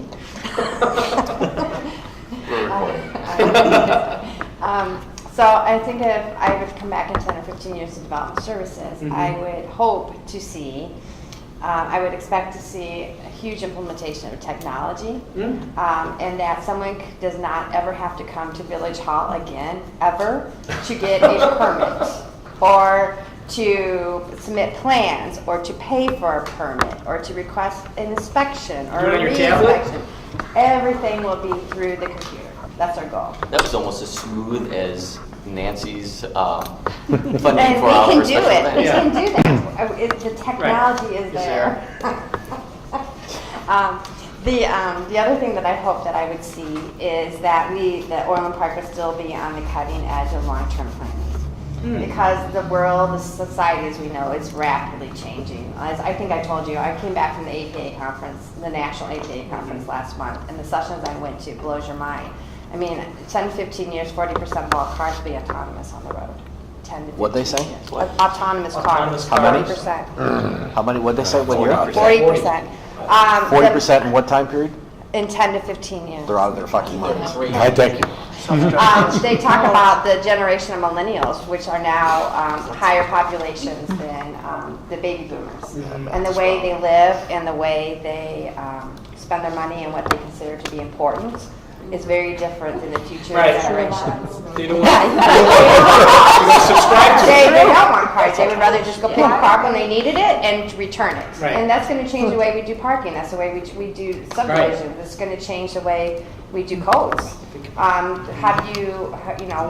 people want to get out of the house and go someplace, what codes can we put in place to make the future builders and new developers come in to embrace those changes so that we have that experience in Orland Park for the next generation. I just think, particularly in suburban land use development, so there's a lot of people here that served on the Plan Commission and other places in the village.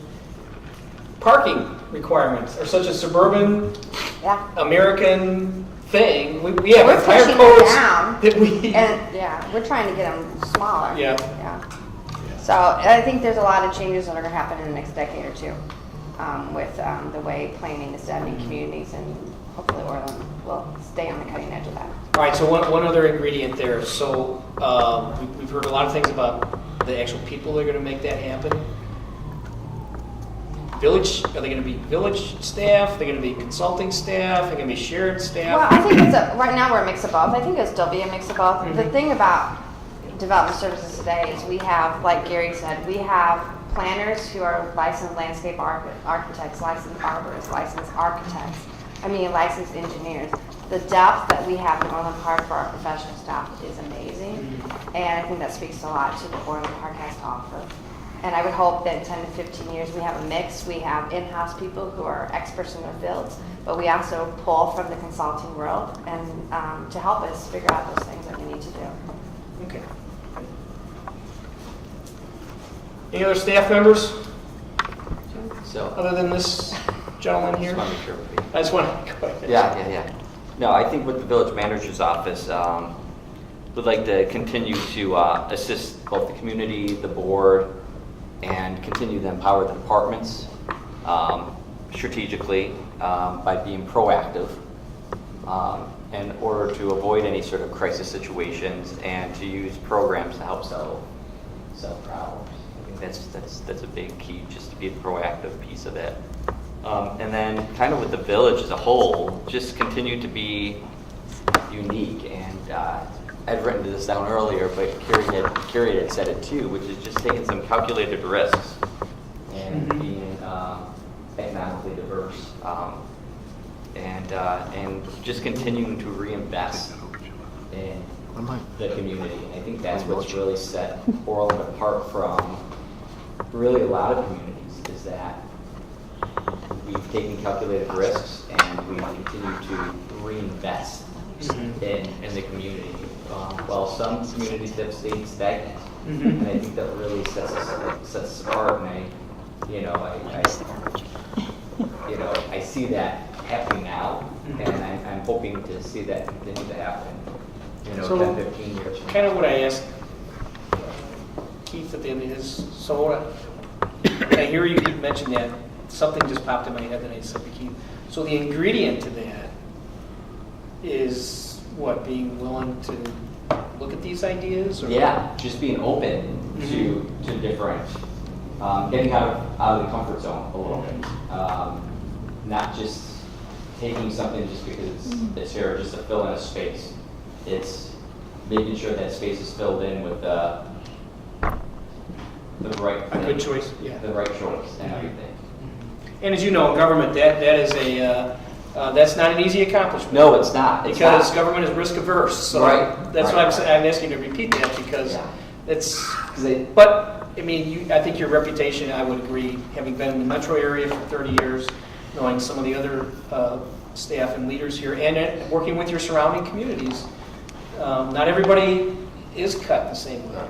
And I think what speaks volumes is the fact that we do have the shrinking retail, and right now it's kind of a little bit of a thing, and it would be, you know, me being more conservative than, yeah, let's take whatever comes with it. But I think what's important is that we look at and I think the board has said this a number of times just recently, that seeing how it's going to be beneficial to the community in the long run, and not so much a short term, but the long term, how it's going to benefit the community.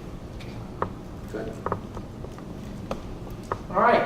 So 2 quick questions, and then we're going to take another break, and then we are going anti-technology, and we want to share the input of the focus groups. And we wait till this juncture so we don't have your visions of the future all muddled up. But now you'll be able to hear some of the visions that other folks had, and this is a good way to ramp into our surrender or lead. So the last 2 comments is, do you recognize the things here that everybody just kind of mentioned of what the future would be? Is it something that seems like, 1, does it reflect Orland? And 2, does it seem like a place worthy and worthwhile to go to? Okay, so I see a lot of noddings of head. You know, I'm not asking for a pledge or anything, but I mean, does this sound like you? And does it sound like it's something where you want to go? Sounds like Orland. All right, because I think there's a lot of consistency in what you're hearing, you know, even through all the layers here. So, all right, so let's work toward that. Let's take another break, and we're going to do it the old-fashioned. We have backup of the PowerPoint we had for the focus group data. Gina's going to walk us through. She did the analysis and led some of the groups. So let's take 7 minutes and 59 seconds. Go. Just so everybody knows, there is a recycling bin out in the hallway. Okay. Make sure it's not a jewel bag or a garbage bag or a hanger. Recycling bin for your plastic. Yeah. And make sure you take the cap off. Don't put the cap on. It gets rejected at the recycling facility. You know that for sure. Yes, I do. I was told that. All caps are to be off a bottle. I got to call Mike Morley on that. Okay. My wife told me the same thing. Mike Morley's the one that told me. Yes, he did. Our staff, John, did you direct the IT, or did you do it with the roundabouts are already reported into Google Maps? I'm hopeful it will help them. They're there. And what we've talked about, 100 more staff. I'm talking. Do a Google map and say you want to go from here to crossing or something. It shows a roundabout? It shows a roundabout, they will tell you to make the second right at the roundabout at 147. Jim Stumbleweed, he was fooling around and put a map in the other day and it told him to go on the second turn to the roundabout. I've never heard of it. Somehow it's in it. I Now, didn't the know reason I it. said that, Carrie, is 2 Christmases.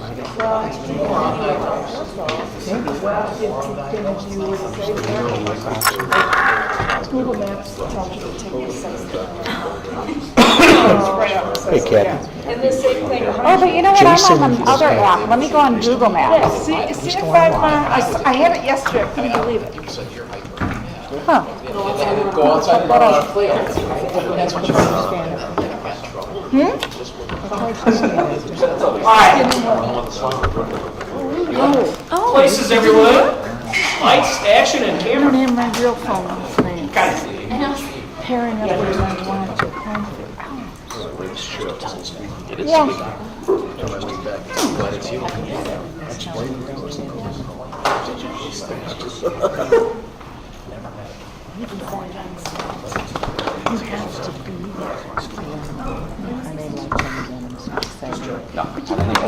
London. So as Greg mentioned, we're going with focus group data. The purpose of this is kind of give you guys some brain food about what the community is thinking in terms of the village's strengths, where some of the opportunities for improvement, and just kind of their general feedback about the village as a whole. So, not used to not having. Hold it up so we can see the presentation. Oh, I didn't hand them out. Oh, here, I'll do it. come up with backup, paper backup. Sorry. So we did a total of 6 focus groups towards the end of April, which included village staff, members from the advisories and commissions, business associations, civic organizations, and then we did 2 focus groups with residents. And one of the greatest benefits of doing focus groups opposed to a survey is we really kind of get the context behind their feedback, those little nuances. So if they say they want I-80 corridor developed, we can ask them, well, what do you want to see specifically there? It really just gives us a chance to kind of tell you guys what kind of conversations took place and why they're feeling the way they are. So we asked every single focus group the same 6 questions. And you'll notice they kind of start off more broad and they get a little more narrow. And we do this on purpose, and we call it a design conversation. And this is what we tell the focus groups, because we want them to be open, we want them to be honest, but we want to keep them on the same path. Because otherwise, we only give them for like an hour and a half. So we want to get as much out of them as we can that's going to be helpful for you guys, both as policymakers and the policy makers. So the first question we ask them is kind of a good icebreaker. We just ask, how would you describe the village to a stranger? And this is a really good question because it tells us almost instantly how they feel about their community, by which words and phrases they want to use.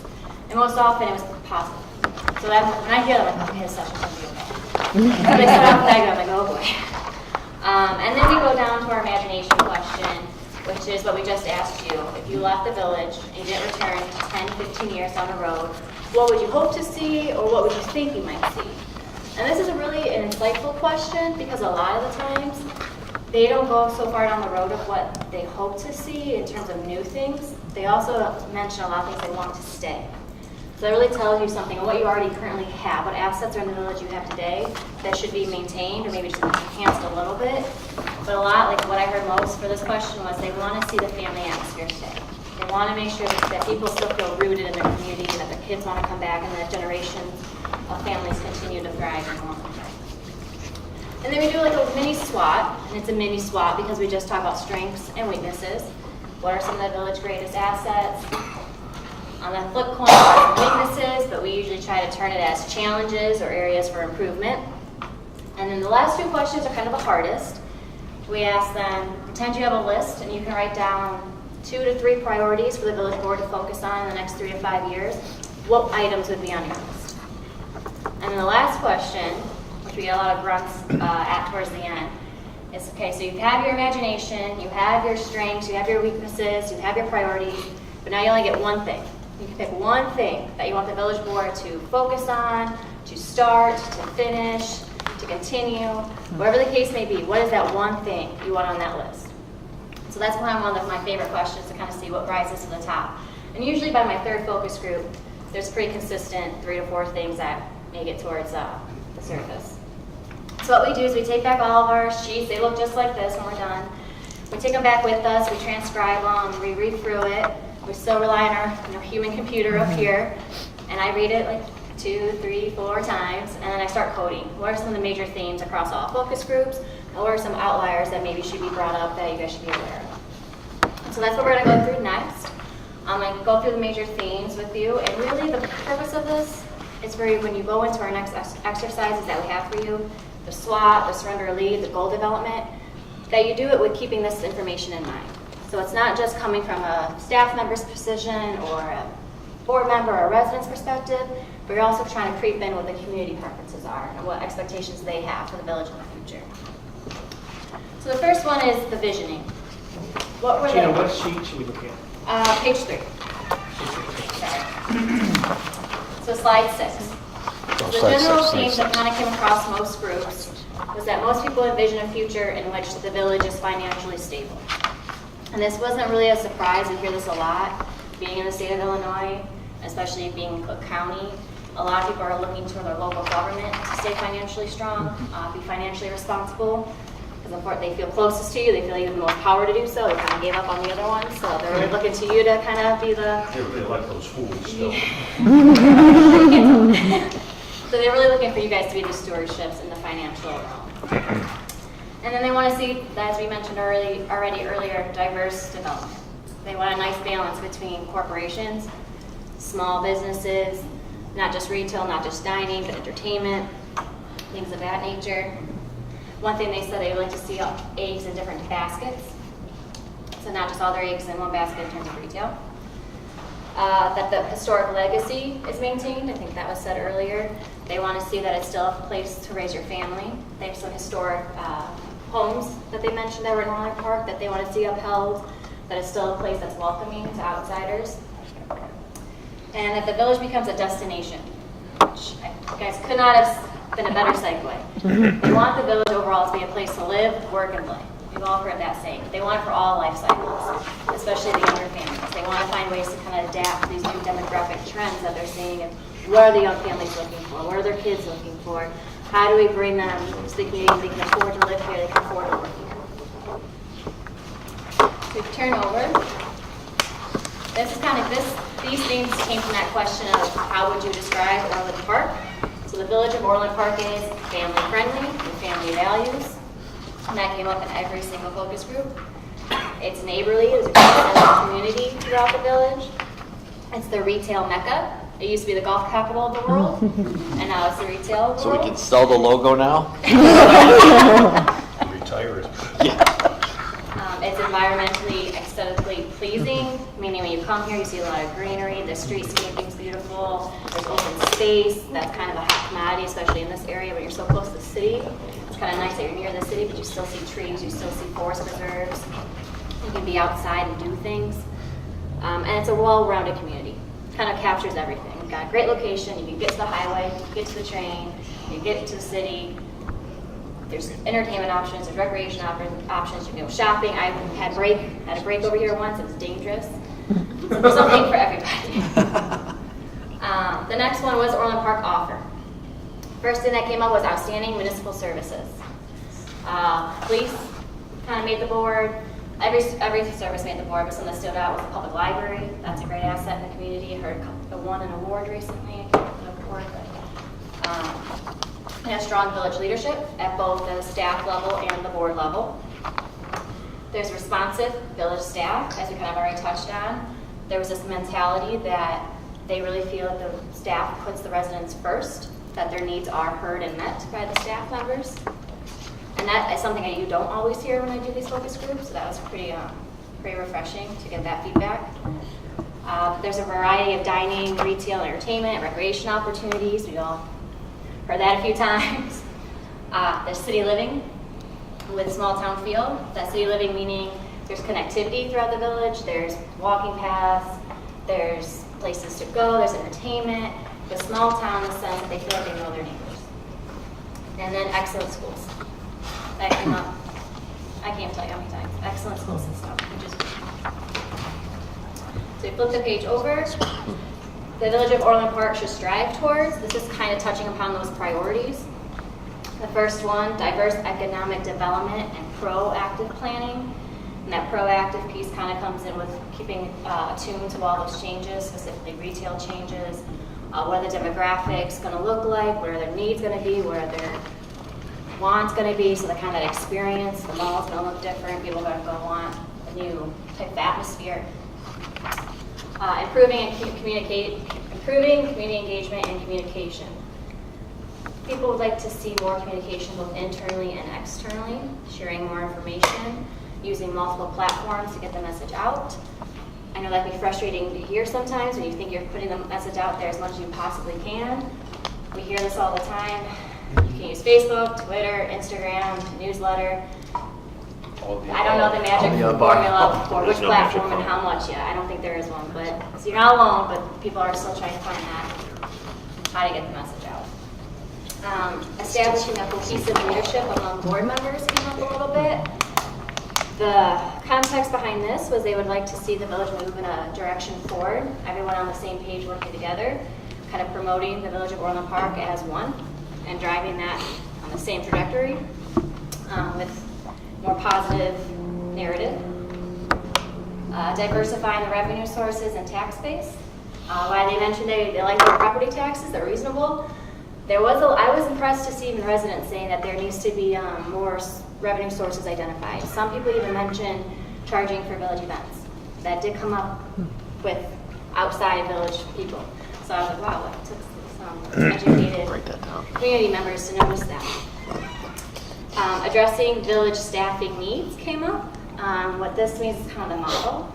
There's some conversation that there's a lot of part-time employees, which can kind of relate to some succession planning issues, continuity, turnover, slash something to be aware of that came up.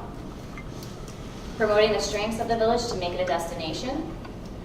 Again, people think there's a lot here. There's a lot here that can already be promoted and expanded upon. However, it's not getting out there. So they kind of want to talk about developing a community brand or a marketing campaign to really promote Orland Park, to stay the leader, to stay cutting edge. Updating parks and the equipment, and revitalizing youth programs and facilities came up.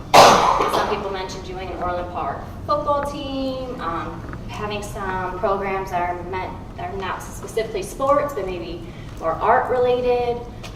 And there was a couple of conversations about programs for the disabled that those have gone down in the past years, and they'd like to see those kind of brought back up, if possible. And the last one, future expectations and priorities. An open and transparent village board. Again, everyone working together. There was comments that they'd like some more back and forth conversation, a seat at the table when there's some planning and important decisions being discussed. They would like there to be more access to communities, community members providing input. Developing a strategic and cohesive economic development plan.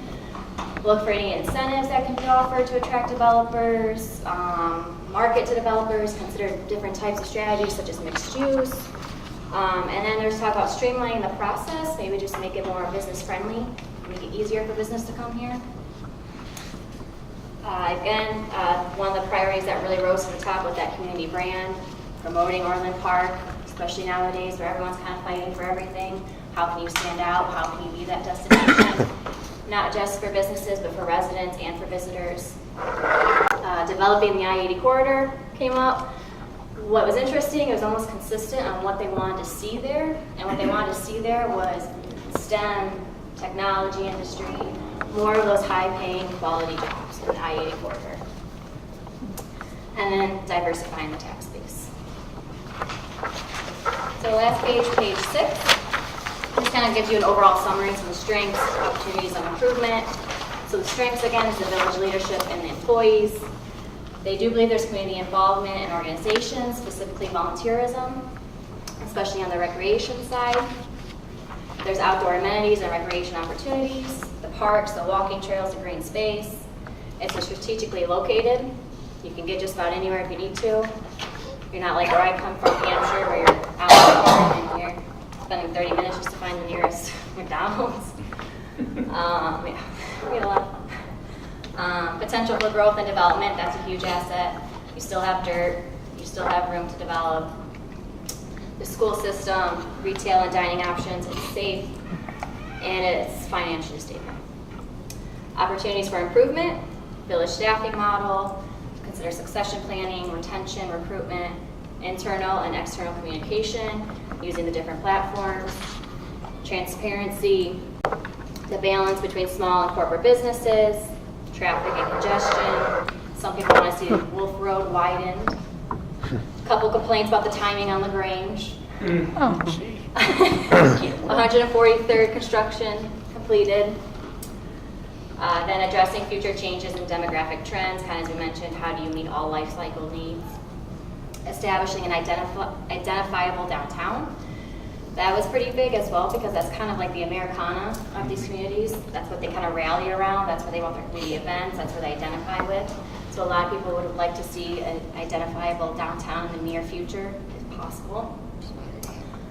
Attracting the high employment options throughout the entire community. Again, being able to attract diversity of populations, being able to attract the new generation coming up. What is it that they're working in? What kind of fields are they doing? How do you get higher paying jobs here? They can afford to live here. You know, that cycle. And then what I thought was interesting, so I wanted to bring up to your attention, was offering recreational opportunities to young adults. They're range 19 to 35. They just felt like, you know, there's something to do for the kids and there's something to do for the seniors, and they kind of feel a little lost. So they were kind of looking for something for them to do with tag football, dodgeball, or anything just to kind of get that generation out there. And it's a great way to meet people, which is a lot of what they said. When you get older, it's kind of hard to meet people your age in the community, so that would be motivation. And then, I won't go through this for sake of time, but if you flip to page 7, this is where we break down each question and the responses underneath it. So if you see numbers in parentheses, that's the frequency in which they came up. So I've heard in most of the community focus groups, Orland Park was described as the gem of the South Side. It's upscale, city, small town feel, etc. So if you want to get a diver deep into the data, you can start on page 7. Any questions? And no surprises really. Just kind of affirmed what you guys already were thinking. I just have a quick question about do you have the demographics of the people? Of the people? Yes. We don't keep track of that. I can tell you it was a good mix between age and gender, not so much race and ethnicity, just from my own memory. So in the breakdown, Gina, just, and we work with staff helped us, but we use different groupings. We had residents, we had civic and governmental folks, we had business community, we had staff group. What else do we? Advisory commission. Advisory commissions, that's right. Yeah. So we try to get a cross section. So one thing I was going to add, nice job, Gina, and as I was telling her beforehand, you know, when someone, you know, kind of lives the data, if anyone's done that data analysis kind of stuff in your own work, Gina can just kind of pull it back up in her mind every time she looks at these slides. There's 1,000 data points going through her head. But you know what's remarkable? If just listening to you say it out loud and think of what we talked about in the last 2 hours, how much alignment there is here. Now just think, we took 6 questions. This was like, what, 3 months ago? Oh, was it? Oh, sorry, I know it was longer. Anyway, we asked people these questions, and we hear the ideas come through. And we ask yourselves these questions, and you hear the topics. So I think to the point I made a little earlier, there's a lot of consistency so far in these things. But that's an outsider's point of view. What's more important is what you hear. So we'd entertain a little conversation about this, and then we'll take a break, and we'll do our last exercise for the evening, and we'll keep you all moving. But glad to entertain any conversation you might have, or what your reflections. What did you hear?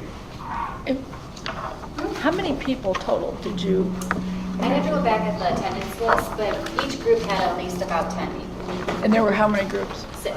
6, okay. I mean, that puts in perspective at 32 people. Right. Then I can tell. And you also mentioned recreational opportunities for young adults.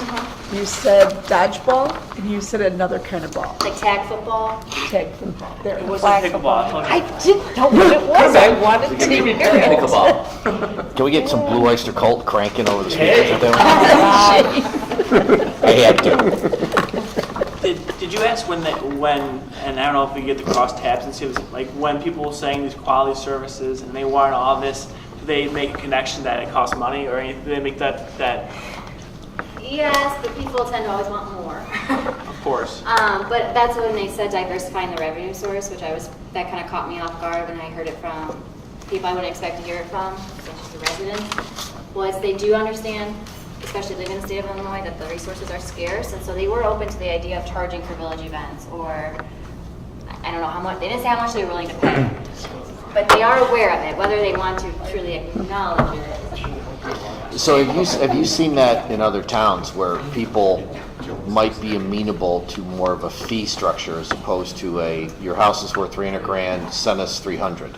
Not, I haven't, to be honest with you, I haven't seen that much. Because that's essentially kind of what that could be getting at, Right. which is if we start doing concerts, we're going to charge for them. Yeah.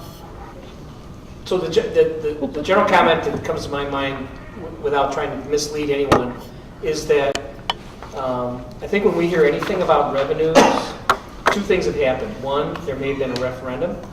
Might have been related to something very specific, and it either succeeded or failed. So people tend to be sensitive if there's been a referendum, or if there's been a substantial or noticeable change in service levels. Then people become, it's like all of us, right? They're all consumers, and they become sensitized to, oh, wait a minute, that's not there anymore. And everybody around this table has been in local government and is. And if you go and just, one of the things I do every time there's an election cycle, local election cycle, I go and look at what referendums passed.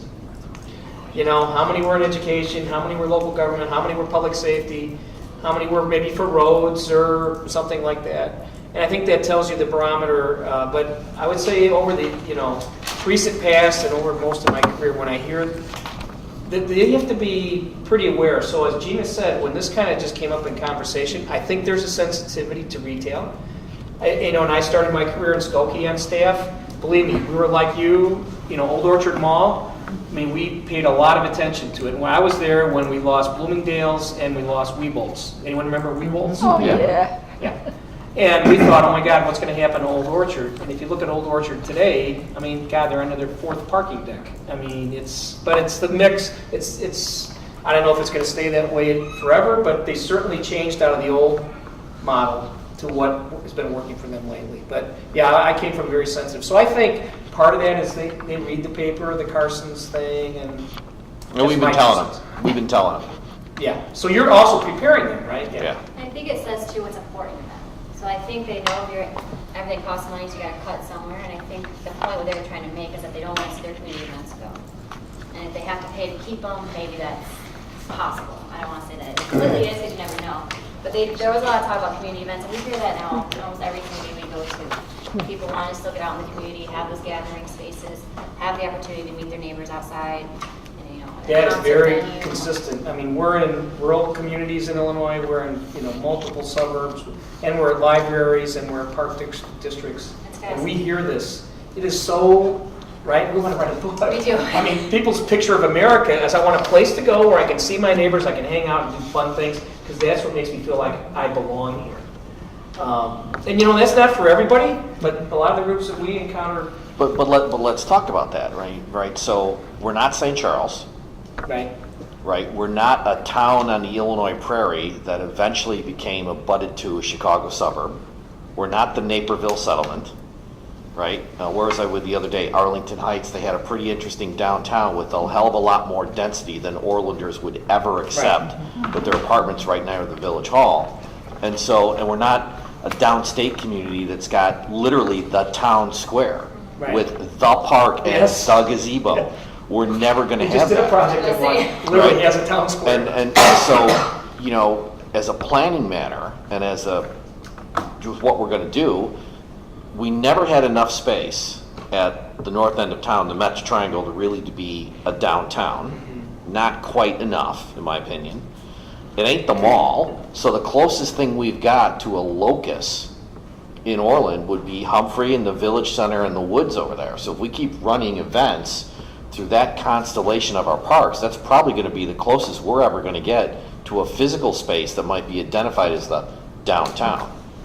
So I just want to put that on the table for discussion because, like I said, you could go chapter and verse with classic old school towns. Mm-hmm. We're not that. Mm-hmm. But so over my career, and Carrie might have something to offer here.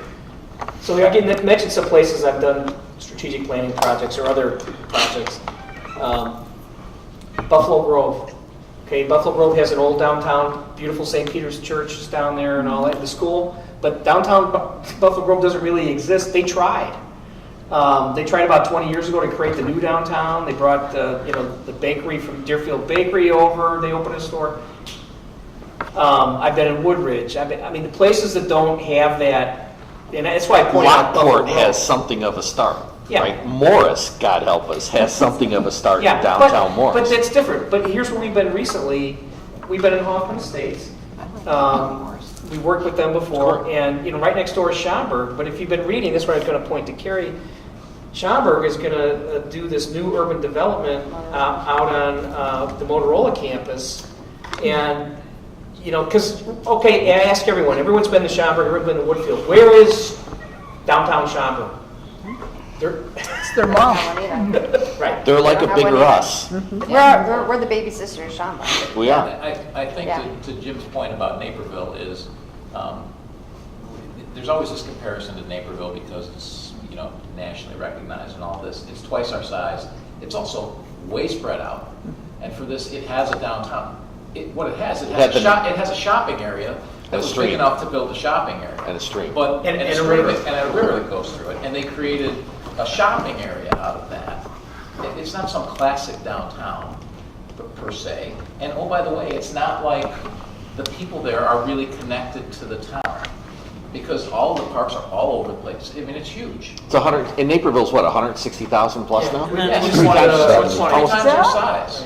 We just work with the Naperville Park District and their plan. So it's not deriding their community, but it's not us. We're different, and we have to accept the fact. And they would tell you that. You're not gonna have- We work with village, city staff there, you know, they would tell you that. And the other thing, they have North Central College, one block off their downtown. Right. I mean, Yeah, it's charming. Let's face it, I mean, they have charm to their downtown district with the way the amenities fall into place.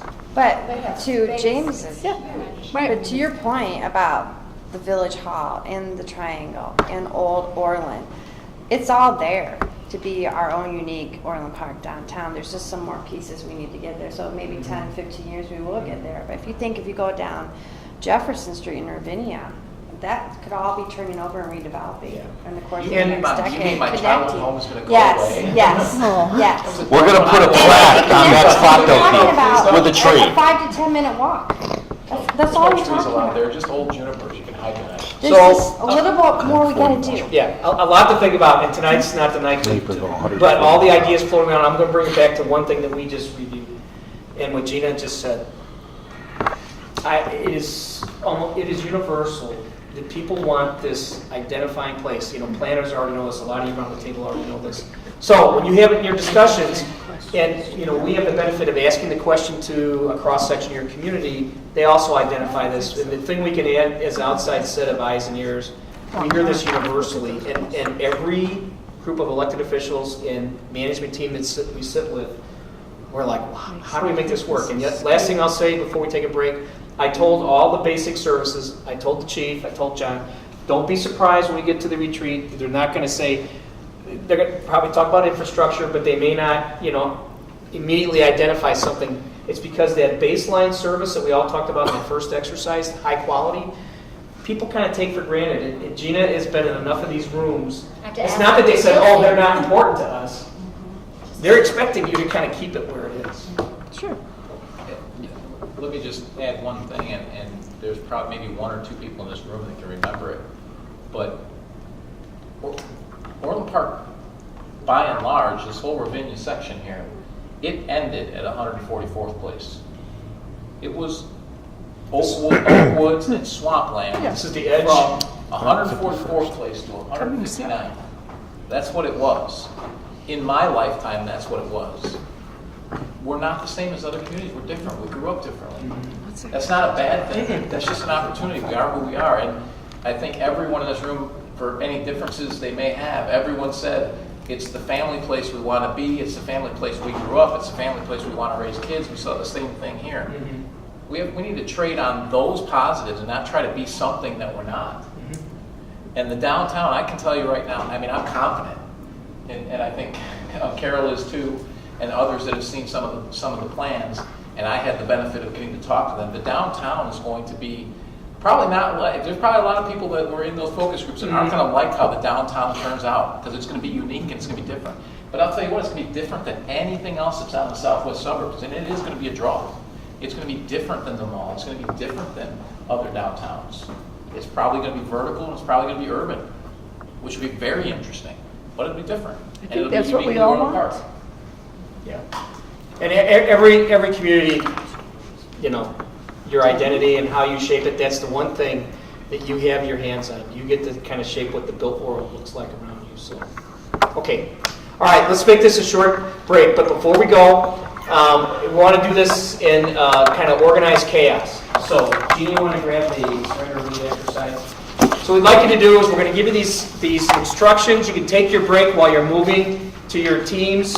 So we're going to split you up into 4 teams. We're going to do it in a real old-fashioned way. 1, 2, 3, 4, 1, 2, 3, 4. That should give us about 4 people on a group.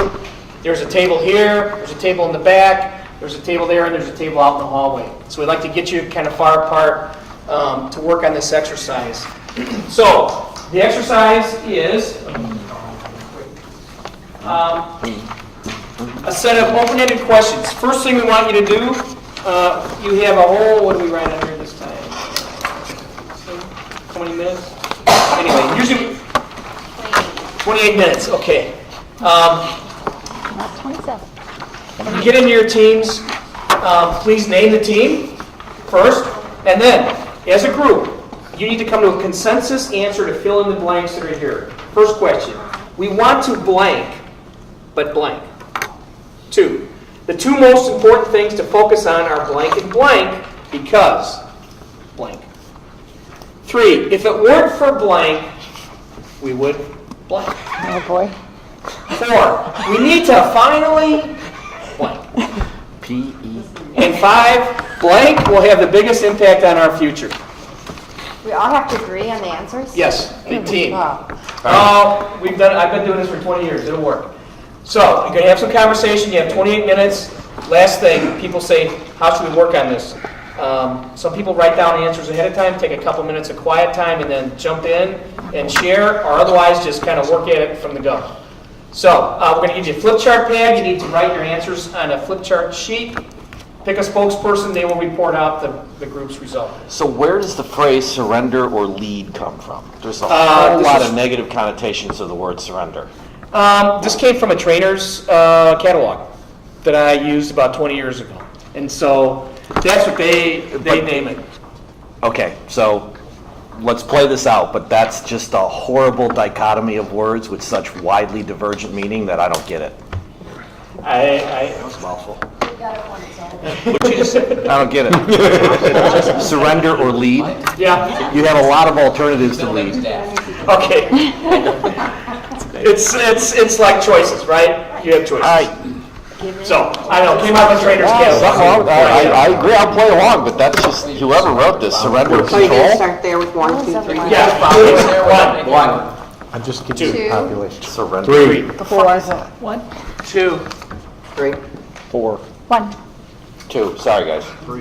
4. Surrender. Okay. Who wants to spot the front? Which group? Team 4. Okay, 4's over here. Team 3. 3, sorry. Forgot my number. Who wants to go back by a mod? We will. 1. 1's in the back corner. Who's not smoking? There's one in the hallway and there's one right here.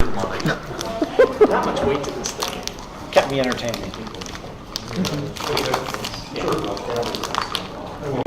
It's really difficult. You gotta look where that triangle is. There's a white triangle on the side.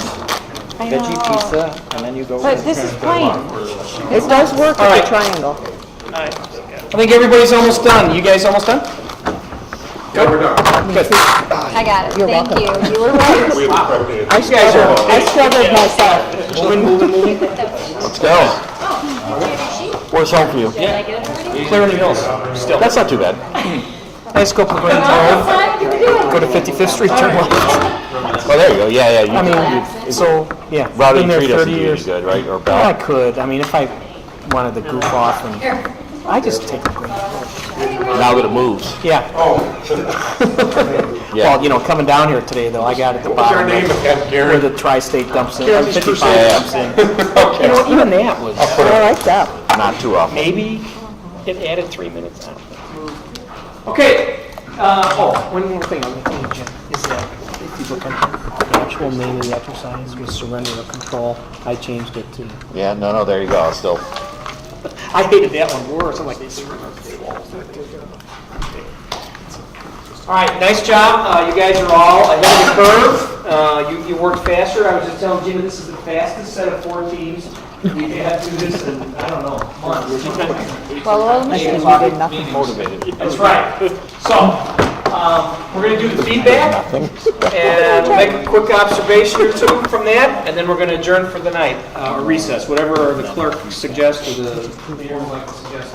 So, we need our spokesperson for each team to kind of come forward and report out. So what we've done, I know the distance is a little bit here, but who wants to start? We'll take a volunteer. Gina's got them all hidden here.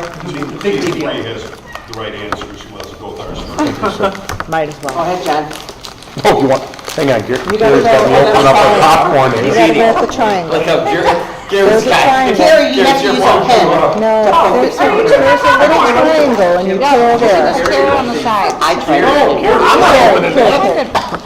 Careful. We got to said, how many people is that? Oh, my You have to find like the sweet spot in the triangle. Use a key. I got 10. Yeah, I know, but It's the review. All right, ready? Not about her, dude. Big reveal, Jen. Couldn't really come up with names, so it's Kathy's Crusaders, just trustee veterans there. Oh, Wow. We're Kathy. got it. But, question number one, we want to remain the best community. Yeah, I can read it right here. We want to remain the best community in the region, but we have fiscal and economical challenges. Good. Item number two. Keep going. Yep. The two most important things to focus on are diversifying the tax base and economic development, because we want to maintain the service level our residents and visitors have been accustomed to. Yeah, excellent. Still provide that quality service. Good. Number three, if it weren't for Cook County and State of Illinois fiscal responsibility, we are financially stable. Wait, who was the spy? Thank you, Trustee Dennis. The Cook County and State of Illinois fiscal irresponsibility. We would be as an organization or a village more financially stable. Good. Yeah, really good.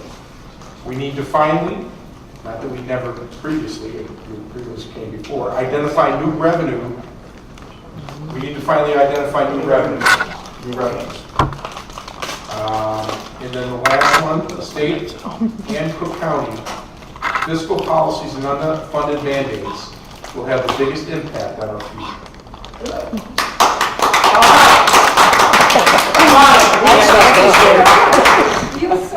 Awesome. How fast?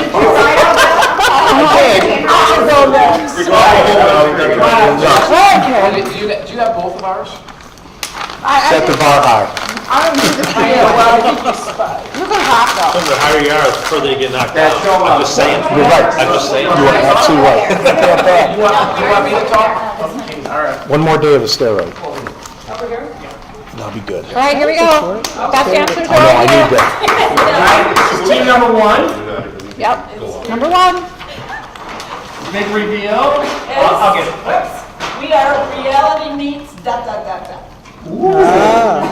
We want to do everything, but we do not have the resources to do everything. The most important thing to focus on are trends and innovations, because we want to stay relevant. So we see trends as obviously keeping up with change and development in the world. And innovation isn't just technology, it's doing things differently, doing things better, more efficient, high-performing organization. Okay, so then, if it weren't for, did you hear this, Jeff? External factors like state, county, and we would be able to continuously improve our infrastructure and expand our services. Excellent. We're in the same train. Then we need to finally realize that our current resources are limited, and therefore we can't be all things to all people. That's again what I'm saying. Okay. And diversifying our economic base will have the biggest impact on our. Oh, yes. That just happened. She's my trip, I don't. Be nice over there. Hey, remember that when you call in the pothole. The only thing that you do is do the mic drop. The pothole. All right, we'll go. You should have seen that pothole. I heard it was big. It was a big pothole. You're on the hook. It would have broken an axle. We took care of it, right? Yes, you did. It's a long answer. That's what we do. We did it. We Oh, my God. What the hell is that? What is that? Failed to follow instructions. He's a bullet point guy. So we just threw out words and ideas and phrases that sort of meant Oh, something. word to- clouds. Yeah, that make things a little bit more. Is it true IT stands for iterative trauma fracture? Who's in there? So we were the outsiders. What's our name? D and I The outside. We were the The outsiders. outside. So we said we wanted to lead, but respond to the economic pressures that are happening within the village. The two most important things to focus on are the quality of service and quality of relevant services, costs, because that will define our future. Okay. If it weren't for challenges, we would not grow the community. And we're faced with more challenges, economic, citizen structure, whatever. We need to finally finish the downtown. Oh, So, okay. and then lastly, it came down to we need to respond, or the way we respond will have the biggest impact on our future. When we mean we mean us in this room, engaged residents, tangible feedback, and we as leadership. The decisions we make will have the biggest impact. Kind of the ownership. Well, Frank came up with words that aren't on that sheet. I think they were excellent. Yes, thank you. Yes, for that. Thank you. I was almost like that. Nice job. Okay. So we have a couple of different answers. No. Oh, so multiple sheets. So the first one was, we want to grow, but for Peacock. So there's Keith's answers and then there's everybody else's.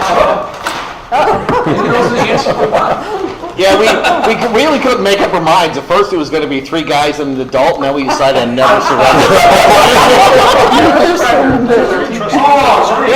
And me! So we want to preserve Orland Park, but we must change to make that happen.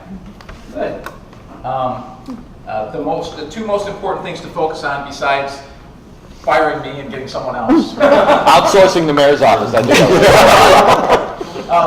Focus on awareness and marketing because it will keep Orland Park vibrant. Okay. Back to if it weren't for me, we'd be doing great. We'd be happy. We'd be happy. So if it weren't for this sounds like a very recurring theme. If it wasn't for Illinois and Cook County, i.e. our location and the stigma associated with it, we would be the #1 big suburb. Oh, okay. But we're still number 5. Or we'd be #1. Top 5. Number 4, we need to finally Impeach Peacock. There you go. To accept reality of the changing economy. This is about educating, making sure that our residents, and when we say we, it's not just we here, it's we, the entire community, accept the reality of our changing economy. And then this is Carrie's answer. If Mayor Peacock will have the biggest impact on our future. She wrote that down. And I wrote LOL. So you're not serious. No, so the decisions we make in the next 3 to 5 years will have the biggest impact on our future. Kind of like the other group, kind of the ownership. All right, how about All right, so you can see if you were enjoying the laughter and looking over, Gina was writing feverishly, so she's taking written notes, I'm doing mental notes. But you see the themes that popped up in here? Again, I love this exercise. Despite Trustee Donskey having good feedback, I'll tell the author. Happy to talk to him. He's very shy about that. He's serious. He died 25 years ago. But look at the themes that were here, right? Some are almost identical. So just get the big one out of the way. The state and your situation with the state, Cook County, obviously has an impact on you and almost every group recognized. But I think attached to that is this idea about the economy, right? Piece of the economy, the changing economy, changing trends were mentioned, et cetera. That certainly came across all the groups here. And this idea about maintaining, kind of this level of best and your high standards and et cetera kind of came through all the groups as well. And I think the last one that kind of jumped out at me was this thing almost at the end of how much you're going to have to say about success, right? The owning it, making decisions, change, all these things kind of came through. So that's what I heard, and Gina, maybe you had different ones. No, that's basically what I heard, other than economic, whether that was economic diversity, but economic changes, trends, how you adapt to them to stay relevant, financials, whether that's a challenge or it's something you guys can look on, financial constraints, and its ability to stay relevant, adapt to changes. So that'll take- Any others? Am I missing? No? All right, what did you hear? Last question, and then we'll adjourn till another day. What did you hear from each other? Either this exercise or the ones before? I heard pride in Orland Park. Good. We all care. Yeah. That's clearly come through all three exercises tonight. I heard that we really are all on the same page. Yeah. With the direction that we want, that we've identified what some of our challenges are, but more importantly, where we want to focus. Where you want to go, where you want to end up. Yeah. No, I think that showed through all the way through. And again, the focus groups kind of substantiated that. So, we kind of set it up on purpose. So I would agree, Joe. We all agree that Illinois and Cook County suck. Well, that's part of the story. That's where we are. And, it's like a foot, kind of on one of your legs or arms. It's like, you got to deal with it somehow. And it's just gonna get worse. No. It's just gonna get worse. Well, on that happy note. Oh, no, I mean, they're about to push all the pension burdens back into the local school districts. Guess what happens to property taxes? Oh, it's in the Illinois model, that is, Way to pay for it. I don't know how that It's gets worse than that because the school districts can only raise their property taxes so Right. much. Well, they're going to have to. And the reason why that's such a serious threat to us is all of the things we talked about have a lot to do with having a family here. You bring your family here because of all the amenities, and by the way, the schools. And so the minute that starts taking a hit, a lot of this changes. So it's the biggest problem I think we face is actually Springfield, more so than even Cook County, but no time soon is the pressure going to stop. That's, Tim's dealing with it in the cop shop. Joe, you dealt with it on the school board. That pressure is never going to ease. They're not going to get it right in Spring Patch anytime Well, soon. that's area 2. Every requirement for stormwater, for sewage treatment. And one other thing, in a lot of departments, but particularly John's, is Mother Nature is your partner, right? None of that infrastructure likes our climate, so. Well, All right. 138 unfunded mandates in the last trip to Spring Patch was what was down there. So We used unfunded mandate. so that's a lot of. Yeah. But we still have, as we've talked about in our group, we have a ton of things to draw on. Carrie talked about how things are changing. We talked about, kids that are living downtown longer, ultimately they have kids and they're going to move to the suburbs and they want to go someplace. And one of the things when I was in, I was actually doing work in Vegas. They talked about that the difference in today's youth is that they're really, when they move back to the suburbs, they're really looking for areas where they can be connected to nature. Well, if that's not Orland Park, I don't know what it is. Yeah, you guys We have have that that over space. anyone else. We have everything from forests and lakes to grasslands in our own town. And So farms. So we have all of that. So that is the strengths that we need to draw on to overcome the crap that Illinois throws at us, to overcome the crap Stigma. that Cook County throws at us. And we can overcome all of that. We have a retail area that's not going to die. It's the only retail area that's probably going to survive in the whole southwest region. That's a good point. Which is going to be a strength for us. We're going to have an urban downtown area, which nobody else has. So we have to draw from those strengths, but that doesn't mean we don't have a lot of external pressures. The pressures are much more external than they are internal. And we can overcome that, but we have to make really tough decisions to get there.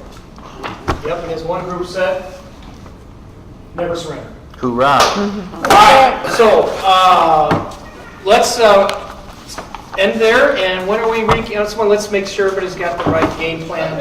Entertain a motion to adjourn. So moved. June 11th, we're back here. All in favor? Aye. Aye. So June 11th, we're back